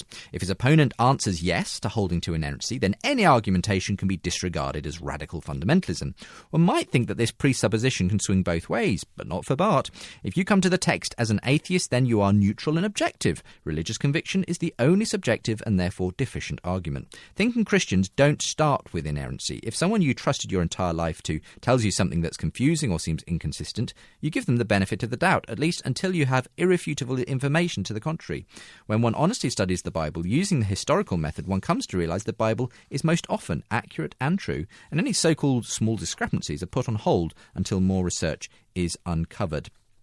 Okay, so there were some of the responses via email to the edition of the show with Bart Ehrman and Tim McGrew from last week. Here's some of what came up underneath the show in the comments section, and you can do that for today's show as well. If you go to the Unbelievable website, you can get on there, underneath the show that's in question and start the debate there as well. Chris Goswami said, another very listenable episode between two articulate and informed experts. Looking forward to the next one. Tim should have answered straightforwardly on the inerrancy question. The term inerrant is vague, maybe deliberately vague, but Tim could have framed it and then answered it. E.g., if we take the question on inerrancy to mean, is every word and phrase literally true? That's a different question to, is the Bible's teaching true? And even that's a different question to, do the biblical texts contain contradictions, etc.? There are many questions under this heading. Tim could have made the question specific and answered it. Overall, however, Tim came out over very convincingly at taking the wheels off the critiques thrown out by Bart. Good example was the very lengthy and arduous discussion on elapsed time between written sources and the events themselves. Bart introduced the point and then eventually agreed. It didn't prove anything either way. That seemed to be a recurring pattern. OK, but there's criticism as well here from Jay Webb, who says, I don't mean to be disrespectful, and I'm sure Tim is a very friendly and intelligent guy in regular life. But after hearing both this and the past programme with Peter Boghossian, I think Tim McGrew has got to be one of the slipperiest conversationists I've ever heard. You just cannot get this man to talk straight. Every point you make or question you pose to him merits 3 dodges, 1 change of subject, and 2 quibbles about the definitions of words. I'm imagining a play for the stage. Tim, did you take the trash out? OK, first of all, I object to your outdated, unscholarly definition of trash because you know very well that many scholars now define trash in a way that means 3 minutes later. And 6th, just because you see the trash still inside the house doesn't mean many other chores haven't been done already without your knowledge. And finally, Dr. Brackish Oaken of the University of Nevada points out that garbage is actually a more serious problem for the trash removers rather than trash producers. So I reject your underlying assumption that garbage day is the only day of the week that matters. That said, he's a smart guy and I appreciate his energy, so I hope he and his supporters take this critique in good fun. Please, sir, a little more straight talk would help your case a lot. Well, Paul Brennan got in on that and said to Jay Webb in response, a little more straight talk. What exactly do you want? What exactly did Tim McGrew say that wasn't straight talk? And what straight talk does your post provide? To which Jay Webb responds, by straight talk, I mean just clearly and simply saying what you think rather than jumping around, dodging certain topics and trying to confuse the subject of conversation. For starters, directly answering Bart's question about his position on inerrancy would have helped a lot. Another example is the way he would move the goalposts and change the subject in the middle of an exchange. To which Paul replies, oh, so you think Tim should have ignored the context of the discussion and wasted everyone's time discussing something that can neither be proved nor disproved. Brilliant. Listen, Mr. J. Webb, no one, and I mean no one, can with certainty claim that the Bible is inerrant. Firstly, and gasp as much as you want about this, the word demands a definition that all parties can accept. Secondly, you would need to be God himself in order to know such a thing, and yet you and all the other Bart Ehrman cheerleaders here demand something that no one can honestly answer, and would most likely be a total waste of everyone's time in a debate like this. So anyway, so it goes on, and others get in on the act too. Interesting stuff. So again, if you want to read those comments underneath last week's programme, it's there at premierchristianradio.com/unbelievable. So thanks for all who have encouraged and said they really enjoyed that show. It's great to have so many people who obviously enjoyed the programme of last week. Let's go to some other thoughts, though. To other shows that have come and gone in the last few weeks. I'm just leafing through my correspondence here to try and find some of the ones. Here's one again. This is Andre again, who wants to pick up on that show between Nabil Qureshi and Andrew White debating the diversity of Christian belief. And he says, I was surprised by Nabil's response to the often contradictory views that Christians hold. He said, God loves diversity, God loves latitude, that's why we have Greg Boyd from Open Theist all the way to Hyper Calvinist. I'd agree that God loves diversity when it comes to gifts of the Holy Spirit for the building up of the body of Christ. However, I don't think this applies to important doctrines such as the nature of his attributes, open theism, and how he should be worshipped, strange fire and charismatics and so on. It is this type of doctrinal diversity that has divided Christians into the often quoted 30,000 denominations since the Reformation. I think Nabil misses the Andrew's point. The diversity in Christian doctrine should not be compared to the diversity in political beliefs in the secular world. Jesus sent the Holy Spirit to indwell every believer, to guide them in all truth, so that we might understand the things freely given us by God. Jesus prayed Christians would be one, perfected in unity. God equipped his church so that we would attain unity of the faith. If all these Christians are indwelt by the Holy Spirit, are sincerely seeking the truth and praying for God's guidance, I can see why the doctrinal diversity and division of the church could be a stumbling block to faith. Kenneth goes further back still and wants to talk about that transgender episode and says, just listen to another fascinating show. Wow. It's rare to have such a balanced debate on really sensitive matters like this. And just to remind you, if you aren't familiar with that episode, it was two Christians, one a transgender Christian and one who was a former transgender. They reversed their operation and debating the rights and wrongs of whether people should have those kinds of operations and so on. Well, Kenneth says, I must say I find it chilling and unnerving to lead children down the trans path because they wear dresses and play with dolls. And yet on something less important like voting or drinking, we tell them they're too young. Really? And if you don't win an award this season, there's simply no justice, or the panellists are oblivious to quality. Thank you, Kenneth. Very kind. I'll make sure any judging panellists know your thoughts on that.